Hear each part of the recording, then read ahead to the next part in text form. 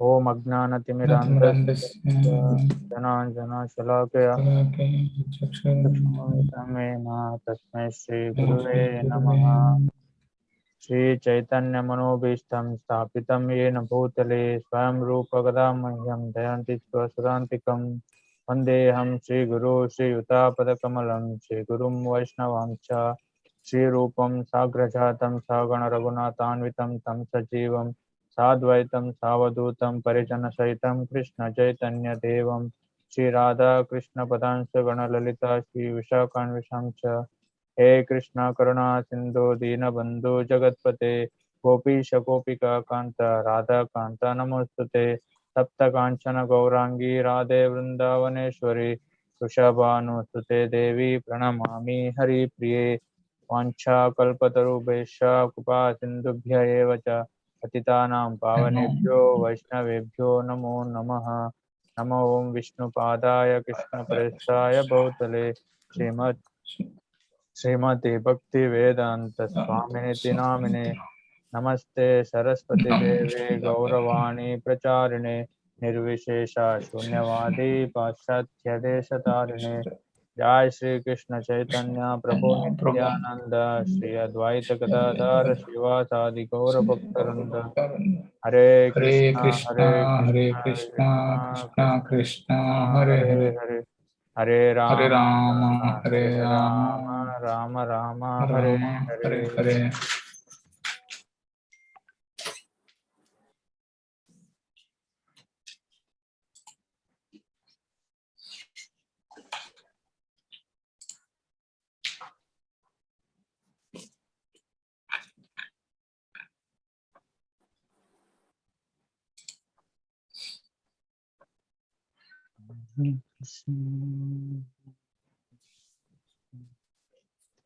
Hare Krishna. Yes. So, got a few questions for today's session. Yes. First one is, I am not living in the temple. I am working and I am not married. So, what should be my activities?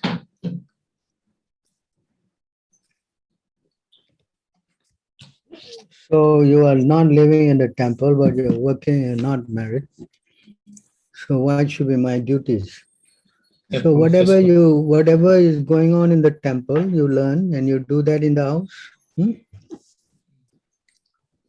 Hare Krishna, ಇವತ್ತಿನ ಒಂದು ಸಮಾವೇಶಕ್ಕೆ ಸ್ವಾಗತ. So ಇಂದಿನ ಸಮಾವೇಶದಲ್ಲಿ ಇವತ್ತಿನ ಒಂದು ಮೊದಲನೇ ಒಂದು ಪ್ರಶ್ನೆ. ಸೊ ನಾನು ದೇವಸ್ಥಾನದಲ್ಲಿ ವಾಸಿಸುತ್ತಿಲ್ಲ, ನಾನು ಕೆಲಸ ಮಾಡುತ್ತಿದ್ದೇನೆ ಮತ್ತು ನಾನು ಮದುವೆಯಾಗಿಲ್ಲ, ಹಾಗಾಗಿ ನನ್ನ ಚಟುವಟಿಕೆಗಳು ಹೇಗಿರಬೇಕು? ಸೊ ಅಂದ್ರೆ ಯಾರು ದೇವಸ್ಥಾನದಲ್ಲಿ ಇಲ್ವೋ, ಸೊ ಅವರು ಡಿವೋಟಿ ಯಾವ ತರ ಇರ್ಬೇಕಂತ ಇವತ್ತಿನ ಒಂದು ಮೊದಲನೇ ಪ್ರಶ್ನೆ.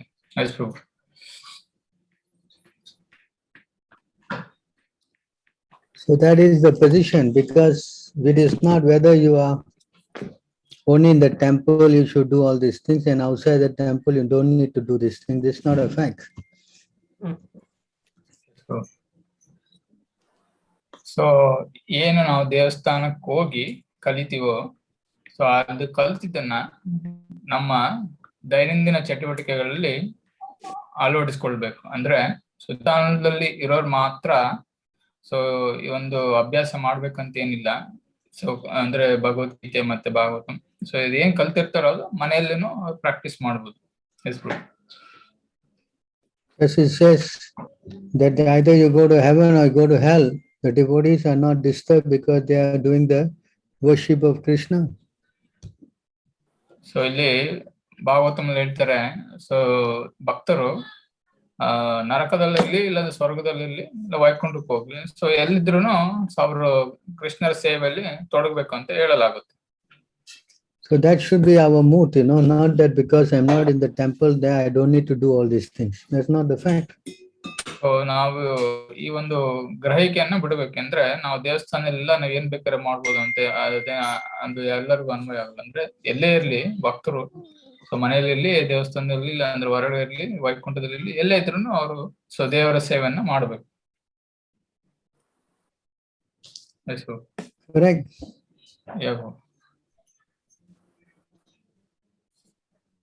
So Bhaktivinoda Thakur has sung Grahe Tako, Vane Tako, Sadahali Bore Tako. Either I am in the forest or I am in the house, I can always chant Krishna's name. ಇವರು ಭಕ್ತಿವಿನೋದ ಠಾಕೂರ್ ಅಂತ ಇವರು ನಮ್ಮ ಸಂಪ್ರದಾಯದಲ್ಲಿ ಇಬ್ರು ಆಚಾರ್ಯರು. ಸೊ ಅವರು ಅವ್ರಿಗೆ ಹೇಳ್ತಾರೆ, ಸೊ ನಾನು ಗೃಹಸ್ಥ ಆಗಿರ್ಬೋದು, ಇಲ್ಲಾಂದ್ರೆ ಮನೇಲಿ ಇರ್ಬೋದು, ಅಲ್ಲ ಹೊರಗಡೆ ಇರ್ಬೋದು, ಸೊ ಎಲ್ಲೇ ಇರ್ಲಿ, ಸೊ ನಾನು ಹರೇ ಕೃಷ್ಣ ಮಹಾಮಂತ್ರವನ್ನ ಜಪಿಸ್ಬೇಕು ಅಂತ ಅವರು ಹೇಳ್ತಾರೆ. So this is there's no difference where you are, because you are with your mind, you're going on with your life. So you do morning, you chant, and then come back from your work, evening you chant. So make your house like a temple. So ನಮ್ಮ ಮನೆಯನ್ನೇ ದೇವಸ್ಥಾನವಾಗಿ ಮಾರ್ಪಡಿಸ್ಕೊಳ್ಬೇಕು. ನಾವು ಎಲ್ಲೇ ಇರ್ಲಿ, so ನಮ್ಮ ಮನಸ್ಸಿನಲ್ಲಿ, so ಕೆಲಸಕ್ಕೆ ಹೋಗೋಕ್ಕಿಂತ ಮುಂಚೆ ನಾವು ದೇವರ ನಾಮಸ್ಮರಣೆ, ದೇವರ ಸೇವೆ ಮಾಡ್ಬಿಟ್ಟು ಹೋಗೋದು. ಸೊ ಬಂದ್ಮೇಲೆ ಮತ್ತೆ ಸೊ ದೇವರ ಸೇವೆಯಲ್ಲಿ ತೊಡಗೋದು. Yes. Yes, bro. Yes or not? Yes, bro. So not that because I'm staying in the house, I don't have to do, I can sleep and do whatever I like. It doesn't make any sense, does it? So ನಾವು ದೇವಸ್ಥಾನ ಇಲ್ಲ, ನಾವು ಅಂದ್ರೆ ನಾವು ಯಾರ ಅಧೀನದಲ್ಲಿ ಇಲ್ಲ. So ನಾವೇನ್ ಬೇಕಾದ್ರೆ ಮಾಡ್ಬೋದು, ಯಾವಾಗ ಬೇಕಾದ್ರೆ ತಿಂದು ಯಾವಾಗ ಬೇಕಾದ್ರೆ ಮಲಗ್ಬೋದು ಅಂತ ಸೊ ಆಲೋಚನೆ ಬಿಟ್ಟು, ಸೊ ದೇವ್ರು ಯಾವ ತರ ಹೇಳಿದಾರೋ ಅದ್ರ ಪ್ರಕಾರ ಸೊ ನಾವು ಜೀವನವನ್ನ ನಡೆಸ್ಬೇಕು. Correct. Yes, bro. Does that answer the question?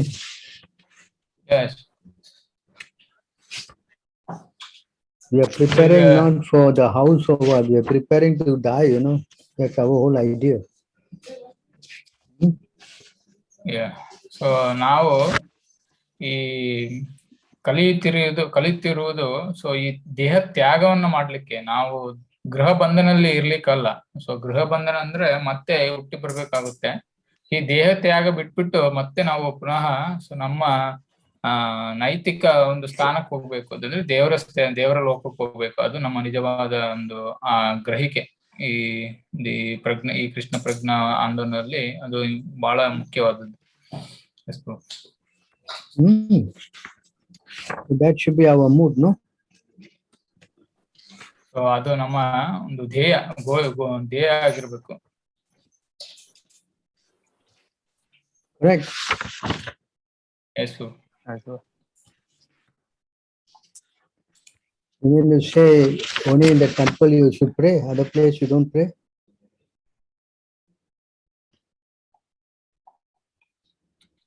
So ನಾವು ದೇವಸ್ಥಾನದಲ್ಲಿ ಮಾತ್ರ ಪೂಜೆ ಮಾಡ್ಬೇಕಾ, ಇಲ್ಲ ಹೊರಗಡೆ ಮಾಡ್ಬೇಕಾ? ಸೊ ನಮ್ಗೆ ಎಲ್ಲ ಕಡೆನೂ ದೇವ್ರ ರಕ್ಷಣೆ ಬೇಕು. ಸೊ ಅಂದ್ರೆ ಎಲ್ಲ ಹೊರಗಡೆ ಇರ್ಲಿ, ಇಲ್ಲಿ ಒಳಗಿರ್ಲಿ, ಸೊ ಯಾವಾಗ್ಲೂ ನಾವು ದೇವರನ್ನ ಪೂಜೆ ಮಾಡ್ತಾ ಇರ್ಬೇಕು.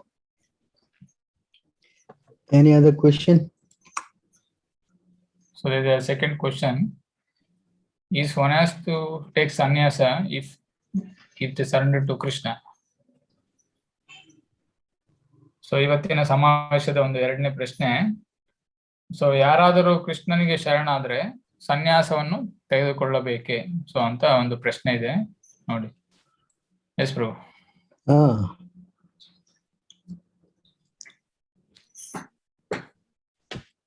So what is sannyas, no? Yeah. So ಮೊದಲನೇದಾಗಿ ಸನ್ಯಾಸ ಅಂದ್ರೆ ಏನಂತ ನಾವು ತಿಳ್ಕೊಳ್ಳೋಣ. Can you go to 5:2 Bhagavad Gita?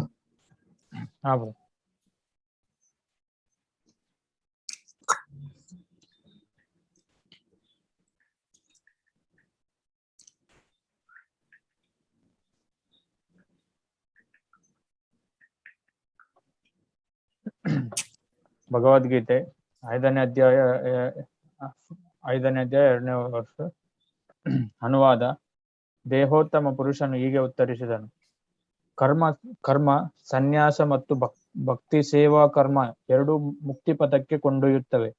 ಆದರೆ ಇವೆರಡರಲ್ಲಿ ಭಕ್ತಿ ಸೇವಾ ಕರ್ಮವು ಕರ್ಮ ಸನ್ಯಾಸಕ್ಕಿಂತ ಉತ್ತಮ.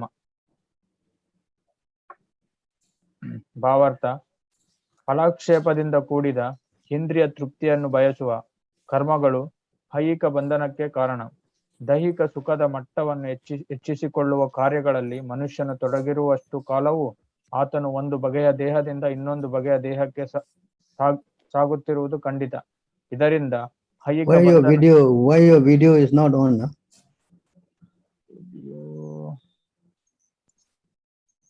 Huh? Huh? Put on your video, no, so everybody can see who's talking, no? Put on your video. Doesn't work, huh? Okay, put on your video. Okay. You're speaking and everybody can see you. Read. ಶ್ರೀಮದ್ ಭಾಗವತಂ 5:5-4 ಇದನ್ನು ಹೀಗೆ ದೃಢಪಡಿಸುತ್ತದೆ. ಇಂದ್ರಿಯ ತೃಪ್ತಿಗಾಗಿ ಜನರು ಉನ್ಮತ್ತರಾಗುತ್ತಾರೆ. ಯಾತನೆಗಳಿಂದ ತುಂಬಿದ ಈಗಿನ ಶರೀರವು ಹಿಂದಿನ ಜನ್ಮಗಳಲ್ಲಿ ಫಲಾಕ್ಷೇಪದಿಂದ ಕರ್ಮಗಳನ್ನು ಮಾಡಿದ್ದರ ಪರಿಣಾಮ ಎಂದೂ ಅವರಿಗೆ ತಿಳಿಯದು. ದೇಹವು ಅಲ್ಪ ಕಾಲದ್ದಾದರೂ ಅನೇಕ ರೀತಿಗಳಲ್ಲಿ ತೊಂದರೆ ಕೊಡುತ್ತದೆ.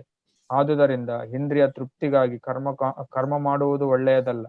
ಒಬ್ಬ ಮನುಷ್ಯನು ತನ್ನ ನಿಜವಾದ ಸ್ವರೂಪವನ್ನು ಕುರಿತು ಜಿಜ್ಞಾಸೆ ಮಾಡದೆ ಇರುವವರೆಗೆ ಅವನು ಬದುಕಿನಲ್ಲಿ ವಿಫಲನಾದವನು ಎಂದು ಭಾವಿಸಬೇಕು. ನಿಜವಾದ ಸ್ವರೂಪವು ತಿಳಿಯುವವರೆಗೆ ಅವನು ಇಂದ್ರಿಯ ತೃಪ್ತಿಗಾಗಿ ಫಲಾಪೇಕ್ಷೆಯಿಂದ ಕರ್ಮವನ್ನು ಮಾಡಬೇಕಾಗುತ್ತದೆ.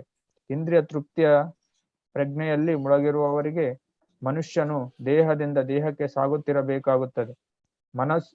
ಮನಸ್ಸು ಕಾಮ್ಯ ಕರ್ಮಶವಾಗಿದ್ದು ಅಜ್ಞಾನದ ಪ್ರಭಾವಕ್ಕೆ ಒಳಗಾಗಿದ್ದರೂ ಮನುಷ್ಯನು ವಾಸುದೇವನ ಭಕ್ತಿ ಸೇವೆಯಲ್ಲಿ ಪ್ರೀತಿಯನ್ನು ಬೆಳೆಸಿಕೊಳ್ಳಬೇಕು. ಆಗ ಮಾತ್ರ ಮನುಷ್ಯನಿಗೆ ಐಹಿಕ ಅಸ್ತಿತ್ವದ ಬಂಧನದಿಂದ ಮುಕ್ತನಾಗುವ ಅವಕಾಶ ಲಭ್ಯವಾಗುತ್ತದೆ. ಆದುದರಿಂದ ಜ್ಞಾನವು ನಾನು ಈ ಜಡ ಶರೀರವಲ್ಲ, ಆತ್ಮ ಎಂಬ ಅರಿವು ಮುಕ್ತಿಗೆ ಸಾಲದು. ಚೇತನಾತ್ಮನ ನೆಲೆಯಿಂದ ಮನುಷ್ಯನು ಕ್ರಿಯಾಶೀಲನಾಗಬೇಕಾಗುತ್ತದೆ. ಇಲ್ಲವಾದರೆ ಐಹಿಕ ಬಂಧನದಿಂದ ಮುಕ್ತಿ ಇಲ್ಲ. ಕೃಷ್ಣ ಪ್ರಜ್ಞೆಯಿಂದ ಕೂಡಿದ ಕರ್ಮವು ಮಾತ್ರ ಫಲಾಕ್ಷೇಪೆಯಿಂದ ಮಾಡಿದ ಕರ್ಮವಲ್ಲ. ಪೂರ್ಣ ಜ್ಞಾನದಿಂದ ಮಾಡಿದ ಕಾರ್ಯ ಚಟುವಟಿಕೆಗಳು ಮನುಷ್ಯನು ನಿಜವಾದ ಜ್ಞಾನವನ್ನು ಬೆಳೆಸಿಕೊಳ್ಳಲು ನೆರವಾಗುತ್ತವೆ. ಕೃಷ್ಣ ಪ್ರಜ್ಞೆ ಇಲ್ಲದೆ ಫಲಾಕ್ಷೇಪ ಇರುವ ಕೆಲಸಗಳನ್ನು ತ್ಯಜಿಸಿದ ಮಾತ್ರಕ್ಕೆ ಹೃದಯವು ಪರಿಶುದ್ಧವಾಗುವುದಿಲ್ಲ. ಹೃದಯವು ಪರಿಶುದ್ಧವಾಗುವವರೆಗೂ ಮನುಷ್ಯನು ಫಲಾಕ್ಷೇಪೆಯ ನೆಲೆಯಲ್ಲಿಯೇ ಕಾರ್ಯ ಮಾಡಬೇಕಾಗುತ್ತದೆ. ಆದರೆ ಕೃಷ್ಣ ಪ್ರಜ್ಞೆಯಲ್ಲಿ ಮಾಡಿದ ಕರ್ಮವು ತಂತಾನೇ ಕರ್ಮ ಫಲದಿಂದ ಮನುಷ್ಯನು ಬಿಡುಗಡೆ ಹೊಂದಲು ನೆರವಾಗುತ್ತದೆ. ಇದರಿಂದ ಮನುಷ್ಯನು ಐಹಿಕ ನೆಲೆಗೆ ಇಳಿಯುವ ಅಗತ್ಯವಿರುವುದಿಲ್ಲ. ಕರ್ಮತ್ಯಾಗದಲ್ಲಿ ವ್ಯಕ್ತಿಯು ವಿಫಲನಾಗುವ ಅಪಾಯ ಇದ್ದೇ ಇದೆ. ಆದ್ದರಿಂದ ಕೃಷ್ಣ ಪ್ರಜ್ಞೆಯಿಂದ ಕೂಡಿ ಕಾರ್ಯಾಚರಣೆ ಮಾಡುವುದು ಯಾವಾಗಲೂ ಕರ್ಮತ್ಯಾಗಕ್ಕಿಂತ ಉತ್ತಮವಾದದ್ದು. ಕೃಷ್ಣ ಪ್ರಜ್ಞೆ ಇಲ್ಲದ ಕರ್ಮತ್ಯಾಗವು ಅಪೂರ್ಣವಾದದ್ದು. ಶ್ರೀಲ ರೂಪ ಗೋಸ್ವಾಮಿಯವರು ತಮ್ಮ ಭಕ್ತಿರಥಾಮೃತ ಸಿಂಧುವಿನಲ್ಲಿ ಇದನ್ನು ದೃಢಪಡಿಸಿದ್ದಾರೆ. ಮುಕ್ತಿಯನ್ನು ಸಾಧಿಸಲು ಕಾತರರಾಗಿರುವ ವ್ಯಕ್ತಿಗಳು ದೇಹೋತ್ತಮ ಪರಮ ಪುರುಷನಿಗೆ ಸಂಬಂಧಿಸಿದ ವಿಷಯಗಳನ್ನು ಐಹಿಕವೆಂದು ಭಾವಿಸಿ ತ್ಯಜಿಸಿದರೆ ಅವರ ತ್ಯಾಗವನ್ನು ಅಪೂರ್ಣ ಎಂದು ಹೇಳಲಾಗುತ್ತದೆ. ಅಸ್ತಿತ್ವದಲ್ಲಿರುವ ಪ್ರತಿಯೊಂದು ವಸ್ತುವು ಭಗವಂತನಿಗೆ ಸೇರಿದ್ದು. ಯಾರು ಯಾವ ವಸ್ತುವಿನ ಮೇಲೂ ತಮ್ಮ ಒಡೆತನವನ್ನು ಸಾಧಿಸಬಾರದು ಎನ್ನುವ ಅರಿವಿನಿಂದ ಮಾಡಿದ ತ್ಯಾಗವು ಸಂಪೂರ್ಣವಾದದ್ದು. ವಾಸ್ತವವಾಗಿ ಯಾವುದೂ ಯಾರಿಗೆ ಸೇರಿದ್ದಲ್ಲ ಎನ್ನುವುದನ್ನು ತಿಳಿದುಕೊಳ್ಳಬೇಕು. ಹಾಗಿರುವಾಗ ತ್ಯಾಗದ ಪ್ರಶ್ನೆ ಎಲ್ಲಿ ಬಂತು? ಎಲ್ಲವೂ ಕೃಷ್ಣನಿಗೆ ಸೇರಿದ್ದು ಎನ್ನುವ ಅರಿವಿರುವ ವ್ಯಕ್ತಿಯು ಸದಾ ತ್ಯಾಗದಲ್ಲಿಯೇ ನೆಲೆಸಿರುತ್ತಾನೆ. ಎಲ್ಲವೂ ಕೃಷ್ಣನಿಗೆ ಸೇರಿದ್ದಾದ್ದರಿಂದ ಎಲ್ಲವನ್ನು ಕೃಷ್ಣನ ಸೇವೆಗೆ ಬಳಸಬೇಕು. ಮಾಯಾವಾದಿ ಪಂಥದ ಸನ್ಯಾಸಿಯು ಕೃತಕವಾಗಿ ಎಷ್ಟೇ ತ್ಯಾಗ ಮಾಡಿದರೂ ಕೃಷ್ಣ ಪ್ರಜ್ಞೆಯಲ್ಲಿ ಮಾಡಿದ ಪರಿಪೂರ್ಣ ಕರ್ಮವು ಅದಕ್ಕಿಂತ ಬಹುಶ್ರೇಷ್ಠವಾದದ್ದು. S ಪ್ರಭುದ. So you can see sannyas means to renounce your work but be attached to serving the Lord. ಇಲ್ಲಿ ಸನ್ಯಾಸ ಅಂದ್ರೆ ನಮ್ಮ ಕರ್ಮ ಫಲಗಳನ್ನು ತ್ಯಾಗ ಮಾಡಬೇಕು. ಆದ್ರೆ ದೇವರ ಸೇವೆಯಲ್ಲಿ ನಾವು ನಿರತರಾಗಿರ್ಬೇಕು. Simply renouncing and wearing the cloth and going out and loitering, that is not sannyas. No, what is that? ನಾವು ಸನ್ಯಾಸ ಅಂದ್ರೆ ನಾವೊಂದು ಬಟ್ಟೆ ಅದು ಹಾಕೊಂಡು ತ್ಯಾಗ ಮಾಡ್ತೀವಿ ಅಂದ್ರೆ ಅಲ್ಲ ಅದು. ಅದು ದೇವರ ಸೇವೆಯಲ್ಲಿ ತೊಡಗಿರ್ಬೇಕು. In fact, in Kali Yuga, taking sannyas is forbidden. ಈ ಕಲಿಯುಗದಲ್ಲಿ ಸೊ ಸನ್ಯಾಸವನ್ನು ತಗೊಳ್ಳುವುದು ನಿಷೇಧಿಸಲಾಗಿದೆ. Kali Yuga, sannyas is forbidden. So what to speak of taking sannyas? So ಈ ಸನ್ಯಾಸವನ್ನೇ ನಿಷೇಧಿಸಲಾಗಿದೆ ಕಲಿಯುಗದಲ್ಲಿ ತಗೊಳ್ಳೋದು. ಸೊ ಸನ್ಯಾಸ ಬಗ್ಗೆ ಅಂದ್ರೆ ಎಷ್ಟು ಗಂಭೀರ ನೋಡಿ ಸನ್ಯಾಸ ಅನ್ನೋದು. You can go to Adila 17:164. Adila 17:164.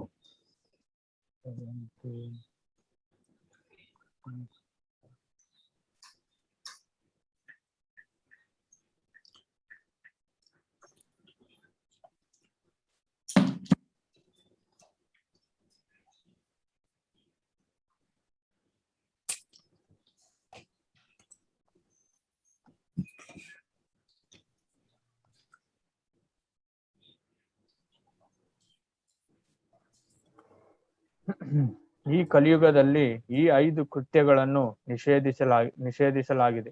ಯಜ್ಞದಲ್ಲಿ ಕುದುರೆಯನ್ನು ಬಲಿ ಕೊಡುವುದು, ಯಜ್ಞದಲ್ಲಿ ಹಸುವನ್ನು ಬಲಿ ಕೊಡುವುದು, ಸನ್ಯಾಸ ಸ್ವೀಕರಿಸುವುದು, ಪಿತೃಗಳಿಗೆ ಮಾಂಸವನ್ನು ಅರ್ಪಿಸುವುದು, ತನ್ನ ಸಹೋದರನ ಹೆಂಡತಿಯಲ್ಲಿ ಮಕ್ಕಳನ್ನು ಪಡೆಯುವುದು. So you can see here, sannyas is also forbidden in Kali Yuga. ಇಲ್ಲಿ ನೋಡಿ ಕಲಿಯುಗದಲ್ಲಿ ಸನ್ಯಾಸವನ್ನು ಸ್ವೀಕರಿಸುವುದು ನಿಷೇಧಿಸಲಾಗಿದೆ. ಸೊ ಇಲ್ಲಿ ಚೈತನ್ಯ ಚರಿತ್ರಾಮೃತದಲ್ಲಿ ಇಲ್ಲಿ ಹೇಳಿದೆ. So kind of sannyas that is allowed is that Chaitanya Mahaprabhu took sannyas for preaching. ಈ ಚೈತನ್ಯ ಮಹಾಪ್ರಭುಗಳು ಅವರು ಸನ್ಯಾಸ ತಗೊಂಡ್ರು. ಸೊ ಆದ್ರೆ ಕೃಷ್ಣ ಪ್ರಜ್ಞೆಯನ್ನ ಅವರು ಪ್ರಚಾರ ಮಾಡ್ಲಿಕ್ಕೋಸ್ಕರ ಅವರು ಸನ್ಯಾಸವನ್ನು ತಗೊಂಡ್ರು. And plus in Kali Yuga, nobody has gone to brahmachari ashram. ಈ ಕಲಿಯುಗದಲ್ಲಿ ಬಹಳ ಒಂದು ಮುಖ್ಯವಾದ ಒಂದು ವಿಷಯ ಅರ್ಥ ಮಾಡ್ಕೊಳ್ಬೇಕಾದ್ರೆ ಸೊ ಇಲ್ಲಿ ಕಲಿಯುಗದಲ್ಲಿ ಯಾರು ಬ್ರಹ್ಮಚರ್ಯವನ್ನು ಯಾರು ಪಾಲಿಸುವುದಿಲ್ಲ. Because they don't have brahmachari training, I don't think they know how to become sannyas. So ನಮಗೆ ಬ್ರಹ್ಮಚಾರಿ ಅನ್ನೋ ಒಂದು ಜೀವನದಲ್ಲಿ ಸೊ ಬಾಲ್ಯದಲ್ಲಿ ಬ್ರಹ್ಮಚಾರಿ ಒಂದು ಟ್ರೈನಿಂಗ್ ಇಲ್ಲ ಅಂದ್ರೆ ಸೊ ನಾವು ಸನ್ಯಾಸ ಆಗ್ಲಿಕ್ಕೆ ಬಹಳ ಕಷ್ಟ. So because they have no training, they don't know how to do. ನಮಗೆ ಒಂದು ಈ ಕಲಿಕೆ ಅನ್ನೋದು ಇಲ್ಲ. ಸೊ ಬ್ರಹ್ಮಚಾರಿ ಒಂದು ಕಲಿಕೆ ಅನ್ನೋದು ಇಲ್ಲದೆ ಇರೋದ್ರಿಂದ ಸೊ ನಮಗೆ ಸನ್ಯಾಸ ಅನ್ನೋದು ಬಹಳ ಕಷ್ಟವಾಗುತ್ತೆ. So therefore it will be very difficult for the person to take sannyas. So ಅಂತವರಿಗೆ ಸೊ ಈ ಸನ್ಯಾಸವನ್ನು ತಗೊಳ್ಳುವುದು ಬಹಳ ಕಷ್ಟ. So anyway, the kind of sannyas that is recommended is to take sannyas whereby you go and speak about Krishna. So ಈ ಕಲಿಯುಗದಲ್ಲಿ ಏನಾದ್ರೂ ಸನ್ಯಾಸವನ್ನು ತಗೊಂಡ್ರೆ so ಅವರಿಗೆ ಒಂದೇ ಒಂದು ಕೆಲಸ ಏನಂದ್ರೆ ಸೊ ಕೃಷ್ಣ ಪ್ರಜ್ಞೆಯನ್ನ ಪ್ರಚಾರ ಮಾಡುವುದು. Yes. You understand? Yes, sir. It's not so easy for people to renounce their lives, no? ಅಂದ್ರೆ ಸನ್ಯಾಸ ಅಂದ್ರೆ ಎಲ್ಲವನ್ನು ತ್ಯಜಿಸ್ಬೇಕು, ತ್ಯಾಗ ಮಾಡ್ಬೇಕು. ಸೊ ತ್ಯಾಗ ಮಾಡುವುದು ಎಲ್ಲರಿಗೂ ಅಷ್ಟು ಸುಲಭ ಅಲ್ಲ. Everybody, when they fight with their wives only, they think of sannyas, no? ಯಾರು ನಮ್ಮ ಅಂದ್ರೆ ಈ ಒಂದು ಜೀವನದಲ್ಲಿ ಸೊ ನಾವು ಜಿಗುಪ್ಸೆಗೊಂಡಾಗ ಇಲ್ಲಾಂದ್ರೆ ಗಂಡ ಹೆಂಡದ ಜಗಳ ಆಡಿದಾಗ ನಾವು ಸನ್ಯಾಸ ಬಗ್ಗೆ ನಾವು ಆಲೋಚನೆ ಮಾಡೋದು. So this is not the way, to take sannyas, no? So ಈ ತರ ಒಂದು ಸನ್ಯಾಸ ತಗೊಳ್ಳೋದು ಅದ್ರಲ್ಲಿ ಅರ್ಥ ಇರಲ್ಲ. So therefore, best is that you stay at home and chant Hare Krishna and try to preach about the Srimad Bhagavatam and Bhagavad Gita. That is the best recommended. ನಮಗೆ ಇಲ್ಲಿ ಮುಖ್ಯವಾದ ಒಂದು ವಿಷಯ ಏನಂದ್ರೆ ಸೊ ನಾವೆಲ್ಲೇ ಇರ್ಲಿ ಸೊ ಸೊ ಅದೇ ಒಂದು ಸ್ಥಾನದಲ್ಲಿ ಇದ್ಕೊಂಡು ನಾವು ಒಂದು ಕೃಷ್ಣ ಪ್ರಜ್ಞಾ ಆಂದೋಲನವನ್ನ ಪ್ರಚಾರ ಮಾಡುವುದು, ಮನೆಯಲ್ಲಿ ಇರ್ಬೋದು, ಇಲ್ಲಾಂದ್ರೆ ಸಮಾಜದಲ್ಲಿ ಇರ್ಬೋದು, ಇಲ್ಲ ಕೆಲಸದಲ್ಲಿ ಇರ್ಬೋದು, ಎಲ್ಲೇ ಇರ್ಲಿ. ಸೊ ನಾವು ಇದು ಅರ್ಥ ಮಾಡ್ಕೊಂಡು ಸೊ ಈ ಒಂದು ಆಧ್ಯಾತ್ಮಿಕ ಮಾರ್ಗವನ್ನ ಸೊ ಇದನ್ನ ಪ್ರಚಾರ ಮಾಡೋದೇ ಒಂದು ನಿಜವಾದ ಸನ್ಯಾಸ. Madhya Lila 7:1-7. ಮಧ್ಯದಲ್ಲಿ ಅವರು Yeah, 7:1-7.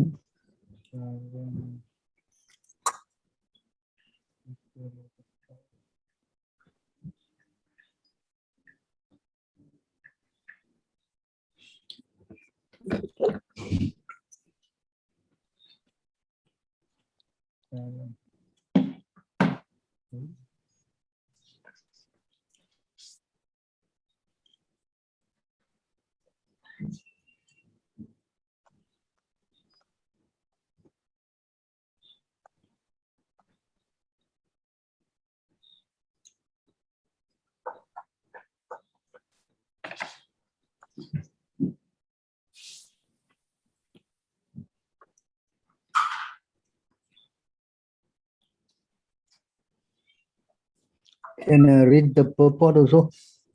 ಅವರು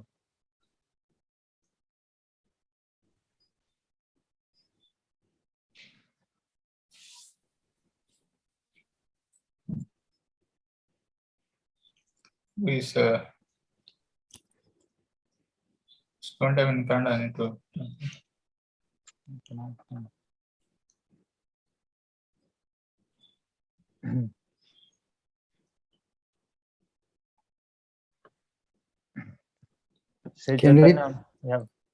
ಶ್ರೀ ಚೈತನ್ಯ ಮಹಾಪ್ರಭುಗಳು ಉತ್ತರಿಸಿದರು, ಮತ್ತೆ ಹಾಗೆ ಮಾತನಾಡಬೇಡಿ. ಮನೆಯಲ್ಲಿಯೇ ಇದ್ದು ಕೃಷ್ಣನ ಪವಿತ್ರ ನಾಮವನ್ನು ಯಾವಾಗಲೂ ಜಪಿಸುವುದು ಉತ್ತಮ. ಈ ಯುಗದಲ್ಲಿ ಇದ್ದಕ್ಕಿದ್ದಂತೆ ಕುಟುಂಬವನ್ನು ತೊರೆಯುವುದು ಸೂಕ್ತವಲ್ಲ.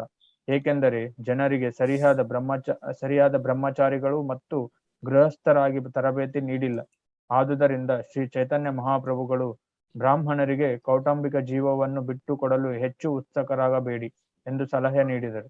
ಅವರ ಕುಟುಂಬದೊಂದಿಗೆ ಉಳಿಯುವುದು ಮತ್ತು ಹರೇ ಕೃಷ್ಣ ಮಹಾಮಂತ್ರವನ್ನು ಆಧ್ಯಾತ್ಮಿಕ ಗುರುಗಳ ಮಾರ್ಗದರ್ಶನದಲ್ಲಿ ನಿಯಮಿತವಾಗಿ ಪಠಿಸುವುದರಿಂದ ಶುದ್ಧಿಯಾಗಲು ಪ್ರಯತ್ನಿಸುವುದು ಉತ್ತಮ. ಇದು ಶ್ರೀ ಚೈತನ್ಯ ಮಹಾಪ್ರಭುಗಳ ಸೂಚನೆ. ಈ ತತ್ವವನ್ನು ಎಲ್ಲರೂ ಅನುಸರಿಸಿದರೆ ಸನ್ಯಾಸವನ್ನು ಸ್ವೀಕರಿಸುವ ಅಗತ್ಯವಿಲ್ಲ. ಮುಂದಿನ ಪದ್ಯದಲ್ಲಿ ಶ್ರೀ ಚೈತನ್ಯ ಮಹಾಪ್ರಭು ಅವರೇ ಹರೇ ಕೃಷ್ಣ ಮಂತ್ರವನ್ನು ಅಪರಾಧವಿಲ್ಲದೆ ಪಠಿಸುವ ಮೂಲಕ ಮತ್ತು ಅವರು ಭೇಟಿಯಾದ ಎಲ್ಲರಿಗೂ ಒಂದೇ ತತ್ವವನ್ನು ಬೋಧಿಸುವ ಮೂಲಕ ಪ್ರತಿಯೊಬ್ಬರು ಆದರ್ಶ ಗೃಹಸ್ಥರಾಗಲು ಸಲಹೆ ನೀಡುತ್ತಾರೆ. ಎಷ್ಟು Read the next verse. ಹೌದು. I mean, can you go to the Kannada one?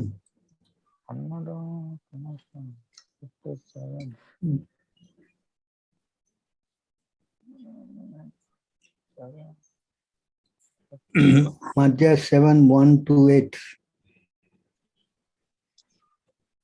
7 missing. Missing.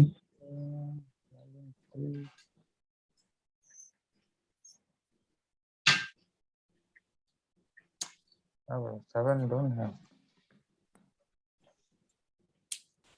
1-8.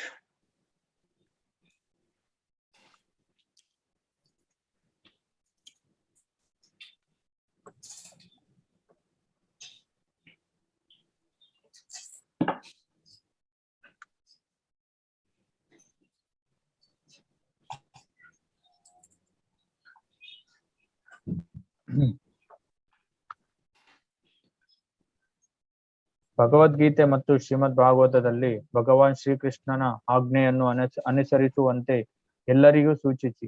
ಈ ರೀತಿಯಾಗಿ ಆಧ್ಯಾತ್ಮಿಕ ಗುರುವಾಗಿ ಮತ್ತು ಈ ಭೂಮಿಯಲ್ಲಿರುವ ಪ್ರತಿಯೊಬ್ಬರನ್ನು ಮುಕ್ತಗೊಳಿಸಲು ಪ್ರಯತ್ನಿಸಿ. ಇದು ಕೃಷ್ಣ ಪ್ರಜ್ಞೆಯ ಅಂತಾರಾಷ್ಟ್ರೀಯ ಸೊಸೈಟಿಯ ಉತ್ಕೃಷ್ಟ ಧ್ಯೇಯವಾಗಿದೆ. ಸೊಸೈಟಿಗೆ ಸೇರಲು ಕುಟುಂಬ ಜೀವನವನ್ನು ತ್ಯಜಿಸಬೇಕೇ ಎಂದು ಅನೇಕ ಜನರು ಬಂದು ವಿಚಾರಿಸುತ್ತಾರೆ. ಆದರೆ ಅದು ನಮ್ಮ ಧ್ಯೇಯವಲ್ಲ. ಒಬ್ಬನು ತನ್ನ ನಿವಾಸದಲ್ಲಿ ಆರಾಮವಾಗಿ ಉಳಿಯಬಹುದು. ಪ್ರತಿಯೊಬ್ಬರು ಮಹಾ ಮಂತ್ರವನ್ನು ಜಪಿಸುವಂತೆ ನಾವು ವಿನಂತಿಸುತ್ತೇವೆ. ಹರೇ ಕೃಷ್ಣ ಕೃಷ್ಣ ಕೃಷ್ಣ ಹರೇ ಹರೇ, ಹರೇ ರಾಮ ರಾಮ ರಾಮ ಹರೇ ಹರೇ. ಒಬ್ಬನು ಸ್ವಲ್ಪ ಸಾಕ್ಷರನಾಗಿದ್ದರೆ ಮತ್ತು ಭಗವದ್ಗೀತೆಯನ್ನು ಹಾಗೆಯೇ ಮತ್ತು ಶ್ರೀಮದ್ ಭಾಗವತವನ್ನು ಓದಿದರೆ ಅದು ತುಂಬಾ ಉತ್ತಮವಾಗಿದೆ. ಈ ಕೃತಿಗಳು ಈಗ ಇಂಗ್ಲಿಷ್ ಭಾಷಾಂತರದಲ್ಲಿ ಲಭ್ಯವಿವೆ ಮತ್ತು ಎಲ್ಲಾ ವರ್ಗದ ಪುರುಷರನ್ನು ಆಕರ್ಷಿಸಲು ಅತ್ಯಂತ ಅಧಿಕೃತವಾಗಿ ಮಾಡಲಾಗುತ್ತದೆ.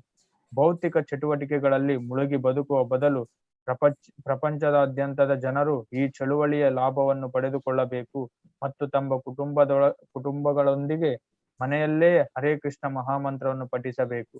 ಪಾಪದ ಚಟುವಟಿಕೆಗಳಿಂದ ದೂರವಿರಬೇಕು. ಅಕ್ರಮ ಲೈಂಗಿಕತೆ, ಮಾಂಸಾಹಾರ, ಜೂಜು ಮತ್ತು ಮಾದಕತೆ, ಈ ಎಲ್ಲಾ ವಸ್ತುಗಳಲ್ಲಿ ಅಕ್ರಮ ಲೈಂಗಿಕತೆಯು ತುಂಬಾ ಪಾಪದಾಯಕವಾಗಿದೆ. ಪ್ರತಿಯೊಬ್ಬ ವ್ಯಕ್ತಿಯು ಮದುವೆಯಾಗಬೇಕು. ಪ್ರತಿ ಮಹಿಳೆ ವಿಶೇಷವಾಗಿ ಮದುವೆಯಾಗಬೇಕು. ಮಹಿಳೆಯರು ಪುರುಷರಿಗಿಂತ ಹೆಚ್ಚಿದ್ದರೆ ಕೆಲವು ಪುರುಷರು ಒಂದಕ್ಕಿಂತ ಹೆಚ್ಚು ಹೆಂಡತಿಯನ್ನು ಸ್ವೀಕರಿಸಬಹುದು. ಆ ರೀತಿಯಲ್ಲಿ ಸಮಾಜದಲ್ಲಿ ಯಾವುದೇ ವೇಶ್ಯಾವಾಟಿಕೆ ಇರುವುದಿಲ್ಲ. ಪುರುಷರು ಒಂದಕ್ಕಿಂತ ಹೆಚ್ಚು ಪತಿಯನ್ನು ಮದುವೆಯಾದರೆ ಅಕ್ರಮ ಲೈಂಗಿಕ ಜೀವನ ನಿಲ್ಲುತ್ತದೆ. ಕೃಷ್ಣ ಧ್ಯಾನ, ಹಣ್ಣು, ಹೂವುಗಳು ಮತ್ತು ಹಾಲನ್ನು ನೀಡಲು ಅನೇಕ ಉತ್ತಮ ಸಿದ್ಧತೆಗಳನ್ನು ತಯಾರಿಸಬಹುದು. ಒಬ್ಬರು ಏಕೆ ಅನಗತ್ಯ ಮಾಂಸಾಹಾರದಲ್ಲಿ ತೊಡಗಬೇಕು ಮತ್ತು ಭಯಾನಕ ಕಸಾಯಿನ ಖಾನೆಗಳನ್ನು ನಿರ್ವಹಿಸಬೇಕು? ಧೂಮಪಾನ ಮತ್ತು ಚಹಾ ಮತ್ತು ಕಾಫಿಯನ್ನು ಕುಡಿಯುವುದರಿಂದ ಏನು ಪ್ರಯೋಜನ? ಜನರು ಈಗಾಗಲೇ ಭೌತಿಕ ಆನಂದದಿಂದ ಅಮಲೇರಿಸಿದ್ದಾರೆ ಮತ್ತು ಅವರು ಮತ್ತಷ್ಟು ಮಾದಕತೆಯಲ್ಲಿ ತೊಡಗಿದರೆ ಸ್ವಯಂ ಸಾಕ್ಷಾತ್ಕಾರಕ್ಕೆ ಯಾವ ಅವಕಾಶವಿದೆ? ಅದೇ ರೀತಿ ಜೂಜಾಟದಲ್ಲಿ ಭಾಗವಹಿಸಬಾರದು ಮತ್ತು ಅನಗತ್ಯವಾಗಿ ಮನಸ್ಸನ್ನು ತಳಮಳಗೊಳಿಸಬಾರದು. ಮಾನವ ಜೀವನದ ನಿಜವಾದ ಉದ್ದೇಶ ಆಧ್ಯಾತ್ಮಿಕ ವೇದಿಕೆಯನ್ನು ಪಡೆಯುವುದು ಮತ್ತು ಪರಮಾತ್ಮನಿಗೆ ಮರಳುವುದು. ಅದು ಆಧ್ಯಾತ್ಮಿಕ ಸಾಕ್ಷಾತ್ಕಾರದ ಸಾರಾಂಶ. ಕೃಷ್ಣ ಪ್ರಜ್ಞೆಯ ಚಳುವಳಿಯು ಶ್ರೀ ಚೈತನ್ಯ ಮಹಾಪ್ರಭು ಅವರು ಬ್ರಾಹ್ಮಣ ಕರ್ಮಕ್ಕೆ ನೀಡಿದ ಸಲಹೆಗಳಲ್ಲಿ ವಿವರಿಸಿದ ವಿಧಾನವನ್ನು ಅನುಸರಿಸುವ ಮೂಲಕ ಮಾನವ ಸಮಾಜವನ್ನು ಜೀವನದ ಪರಿಪೂರ್ಣತೆಗೆ ಏರಿಸಲು ಪ್ರಯತ್ನಿಸುತ್ತಿದೆ. ಅಂದರೆ ಒಬ್ಬರು ಮನೆಯಲ್ಲಿಯೇ ಇರಬೇಕು, ಹರೇ ಕೃಷ್ಣ ಮಂತ್ರವನ್ನು ಪಠಿಸಬೇಕು ಮತ್ತು ಕೃಷ್ಣನ ಸೂಚನೆಗಳನ್ನು ಭಗವದ್ಗೀತೆ ಮತ್ತು ಶ್ರೀಮದ್ ಭಾಗವತದಲ್ಲಿ ನೀಡಲಾಗಿದೆ. So you can see this is what is required, This is the real sannyas, to surrender to Krishna and preach about Krishna consciousness. So ಇದು ಬಂದ್ಬಿಟ್ಟು ನಿಜವಾದ ಒಂದು ಸನ್ಯಾಸ ಅಂದ್ರೆ ಎಲ್ಲೇ ನಾವು ಯಾವುದೇ ಒಂದು ಸ್ಥಾನದಲ್ಲಿರ್ಲಿ ನಾವು ಅಲ್ಲೇ ಇದ್ಕೊಂಡು ಹರಿ ಕೃಷ್ಣ ಮಹಾಮಂತ್ರವನ್ನ ನಾವು ಜಪ ಮಾಡುವುದೇ ಒಂದು ನಿಜವಾದ ಸನ್ಯಾಸ. Not that simply you give up everything and loiter on the street, and ask food from the public. What's the point like that? ಸುಮ್ಮನೆ ನಾವು ಎಲ್ಲ ಬೇಕಾಬಿಟ್ಟಿ ತ್ಯಜಿಸ್ಬಿಟ್ಟು ಒಂದು ಸಮಾಜದಲ್ಲಿ ಬೇರೆಯವರ ಒಂದು ಅಧಿಕೃತ ಅಂದ್ರೆ ಬೇರೆಯವರ ಮೇಲೆ ನಾವು ಡಿಪೆಂಡ್ ಆಗಿರೋದು ಅದಲ್ಲ. ಬೇರೆಯವರಿಂದ ಹರಿಸಿ ನಾವು ಜೀವನ ಮಾಡೋದು ಅದು ಸನ್ಯಾಸ ಅಲ್ಲ. Yes. Yes, bro. So this is how we should do our whole idea is to become more attached to God, Krishna, that is real sannyas, giving up all material attachment. ನಮ್ಮ ಜೀವನದ ಮುಖ್ಯ ಉದ್ದೇಶ ಅಂದ್ರೆ ಈ ಐಕ್ಯ ಜೀವನವನ್ನ ತ್ಯಜಿಸ್ಬಿಟ್ಟು ಕೃಷ್ಣ ಪ್ರಜ್ಞಾ ಒಂದಿದ್ರಲ್ಲಿ ನಾವು ಸಮಯವನ್ನ ಹೆಚ್ಚಾಗಿ ಅದ್ರಲ್ಲಿ ಹೆಚ್ಚಾಗಿ ನಾವು ಗಳಿಸ್ಬೇಕು. ಅಂದ್ರೆ ಹೆಚ್ಚಾಗಿ ನಾವು ಅದರಲ್ಲಿ ಕೃಷ್ಣರ ಬಗ್ಗೆ ನಾವು ಆಲೋಚನೆ ಮಾಡ್ಬೇಕು. ಅದು ನಿಜವಾದ ಸನ್ಯಾಸ.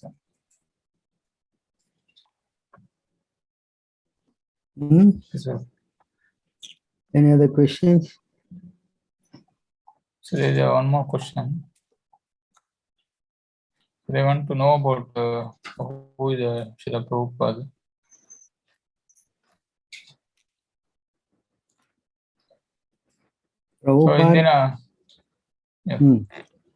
ಇಂದಿನ ಸಮಾವೇಶದ ಒಂದು 3ನೇ ಪ್ರಶ್ನೆ ನೀವೆಲ್ಲ ಕೇಳಿರ್ಬೋದು. ಶ್ರೀಲ ಪ್ರಭುಪಾದ ಅಂದ್ರೆ ಎಲ್ಲ ಈ ಪುಸ್ತಕಗಳನ್ನ ಬರೆದಿದ್ದಾರೆ. ಈ ಒಂದು ಕೃಷ್ಣ ಪ್ರಜ್ಞಾ ಆಂದೋಲನಕ್ಕೆ ಕಾರಣರವರು, ಅಂದ್ರೆ ಅವ್ರ ಬಗ್ಗೆ ಪ್ರಶ್ನೆ ಕೇಳಿದ್ದಾರೆ. ಅಂದ್ರೆ ಅವರಂದ್ರೆ ಯಾರು ಅಂತ ಪ್ರಶ್ನೆ ಕೇಳಿದ್ದಾರೆ. Yes, Prabhu. So you can explain who is Prabhupada? Srila Prabhupad ಅವರು ಈ ಕೃಷ್ಣ ಪ್ರಜ್ಞಾ ಆಂದೋಲನಕ್ಕೆ ಸಂಸ್ಥಾಪಕರು. ಸೊ ಅವರೇ ಒಂದು ಮುಖ್ಯವಾದ ಅಂದ್ರೆ ಮುಖ್ಯ ಒಂದು ಸಂಸ್ಥಾಪಕರು ಅವರೇ. ಸೊ ಅವರೇ ಈ ಚಳುವಳಿಯನ್ನ ಪ್ರಾರಂಭಿಸಿದ್ದು ಅವರೇ. You want to explain? You explain Prabhupada how he went to America, started the movement. Yeah. So Srila Prabhupad ಅವರು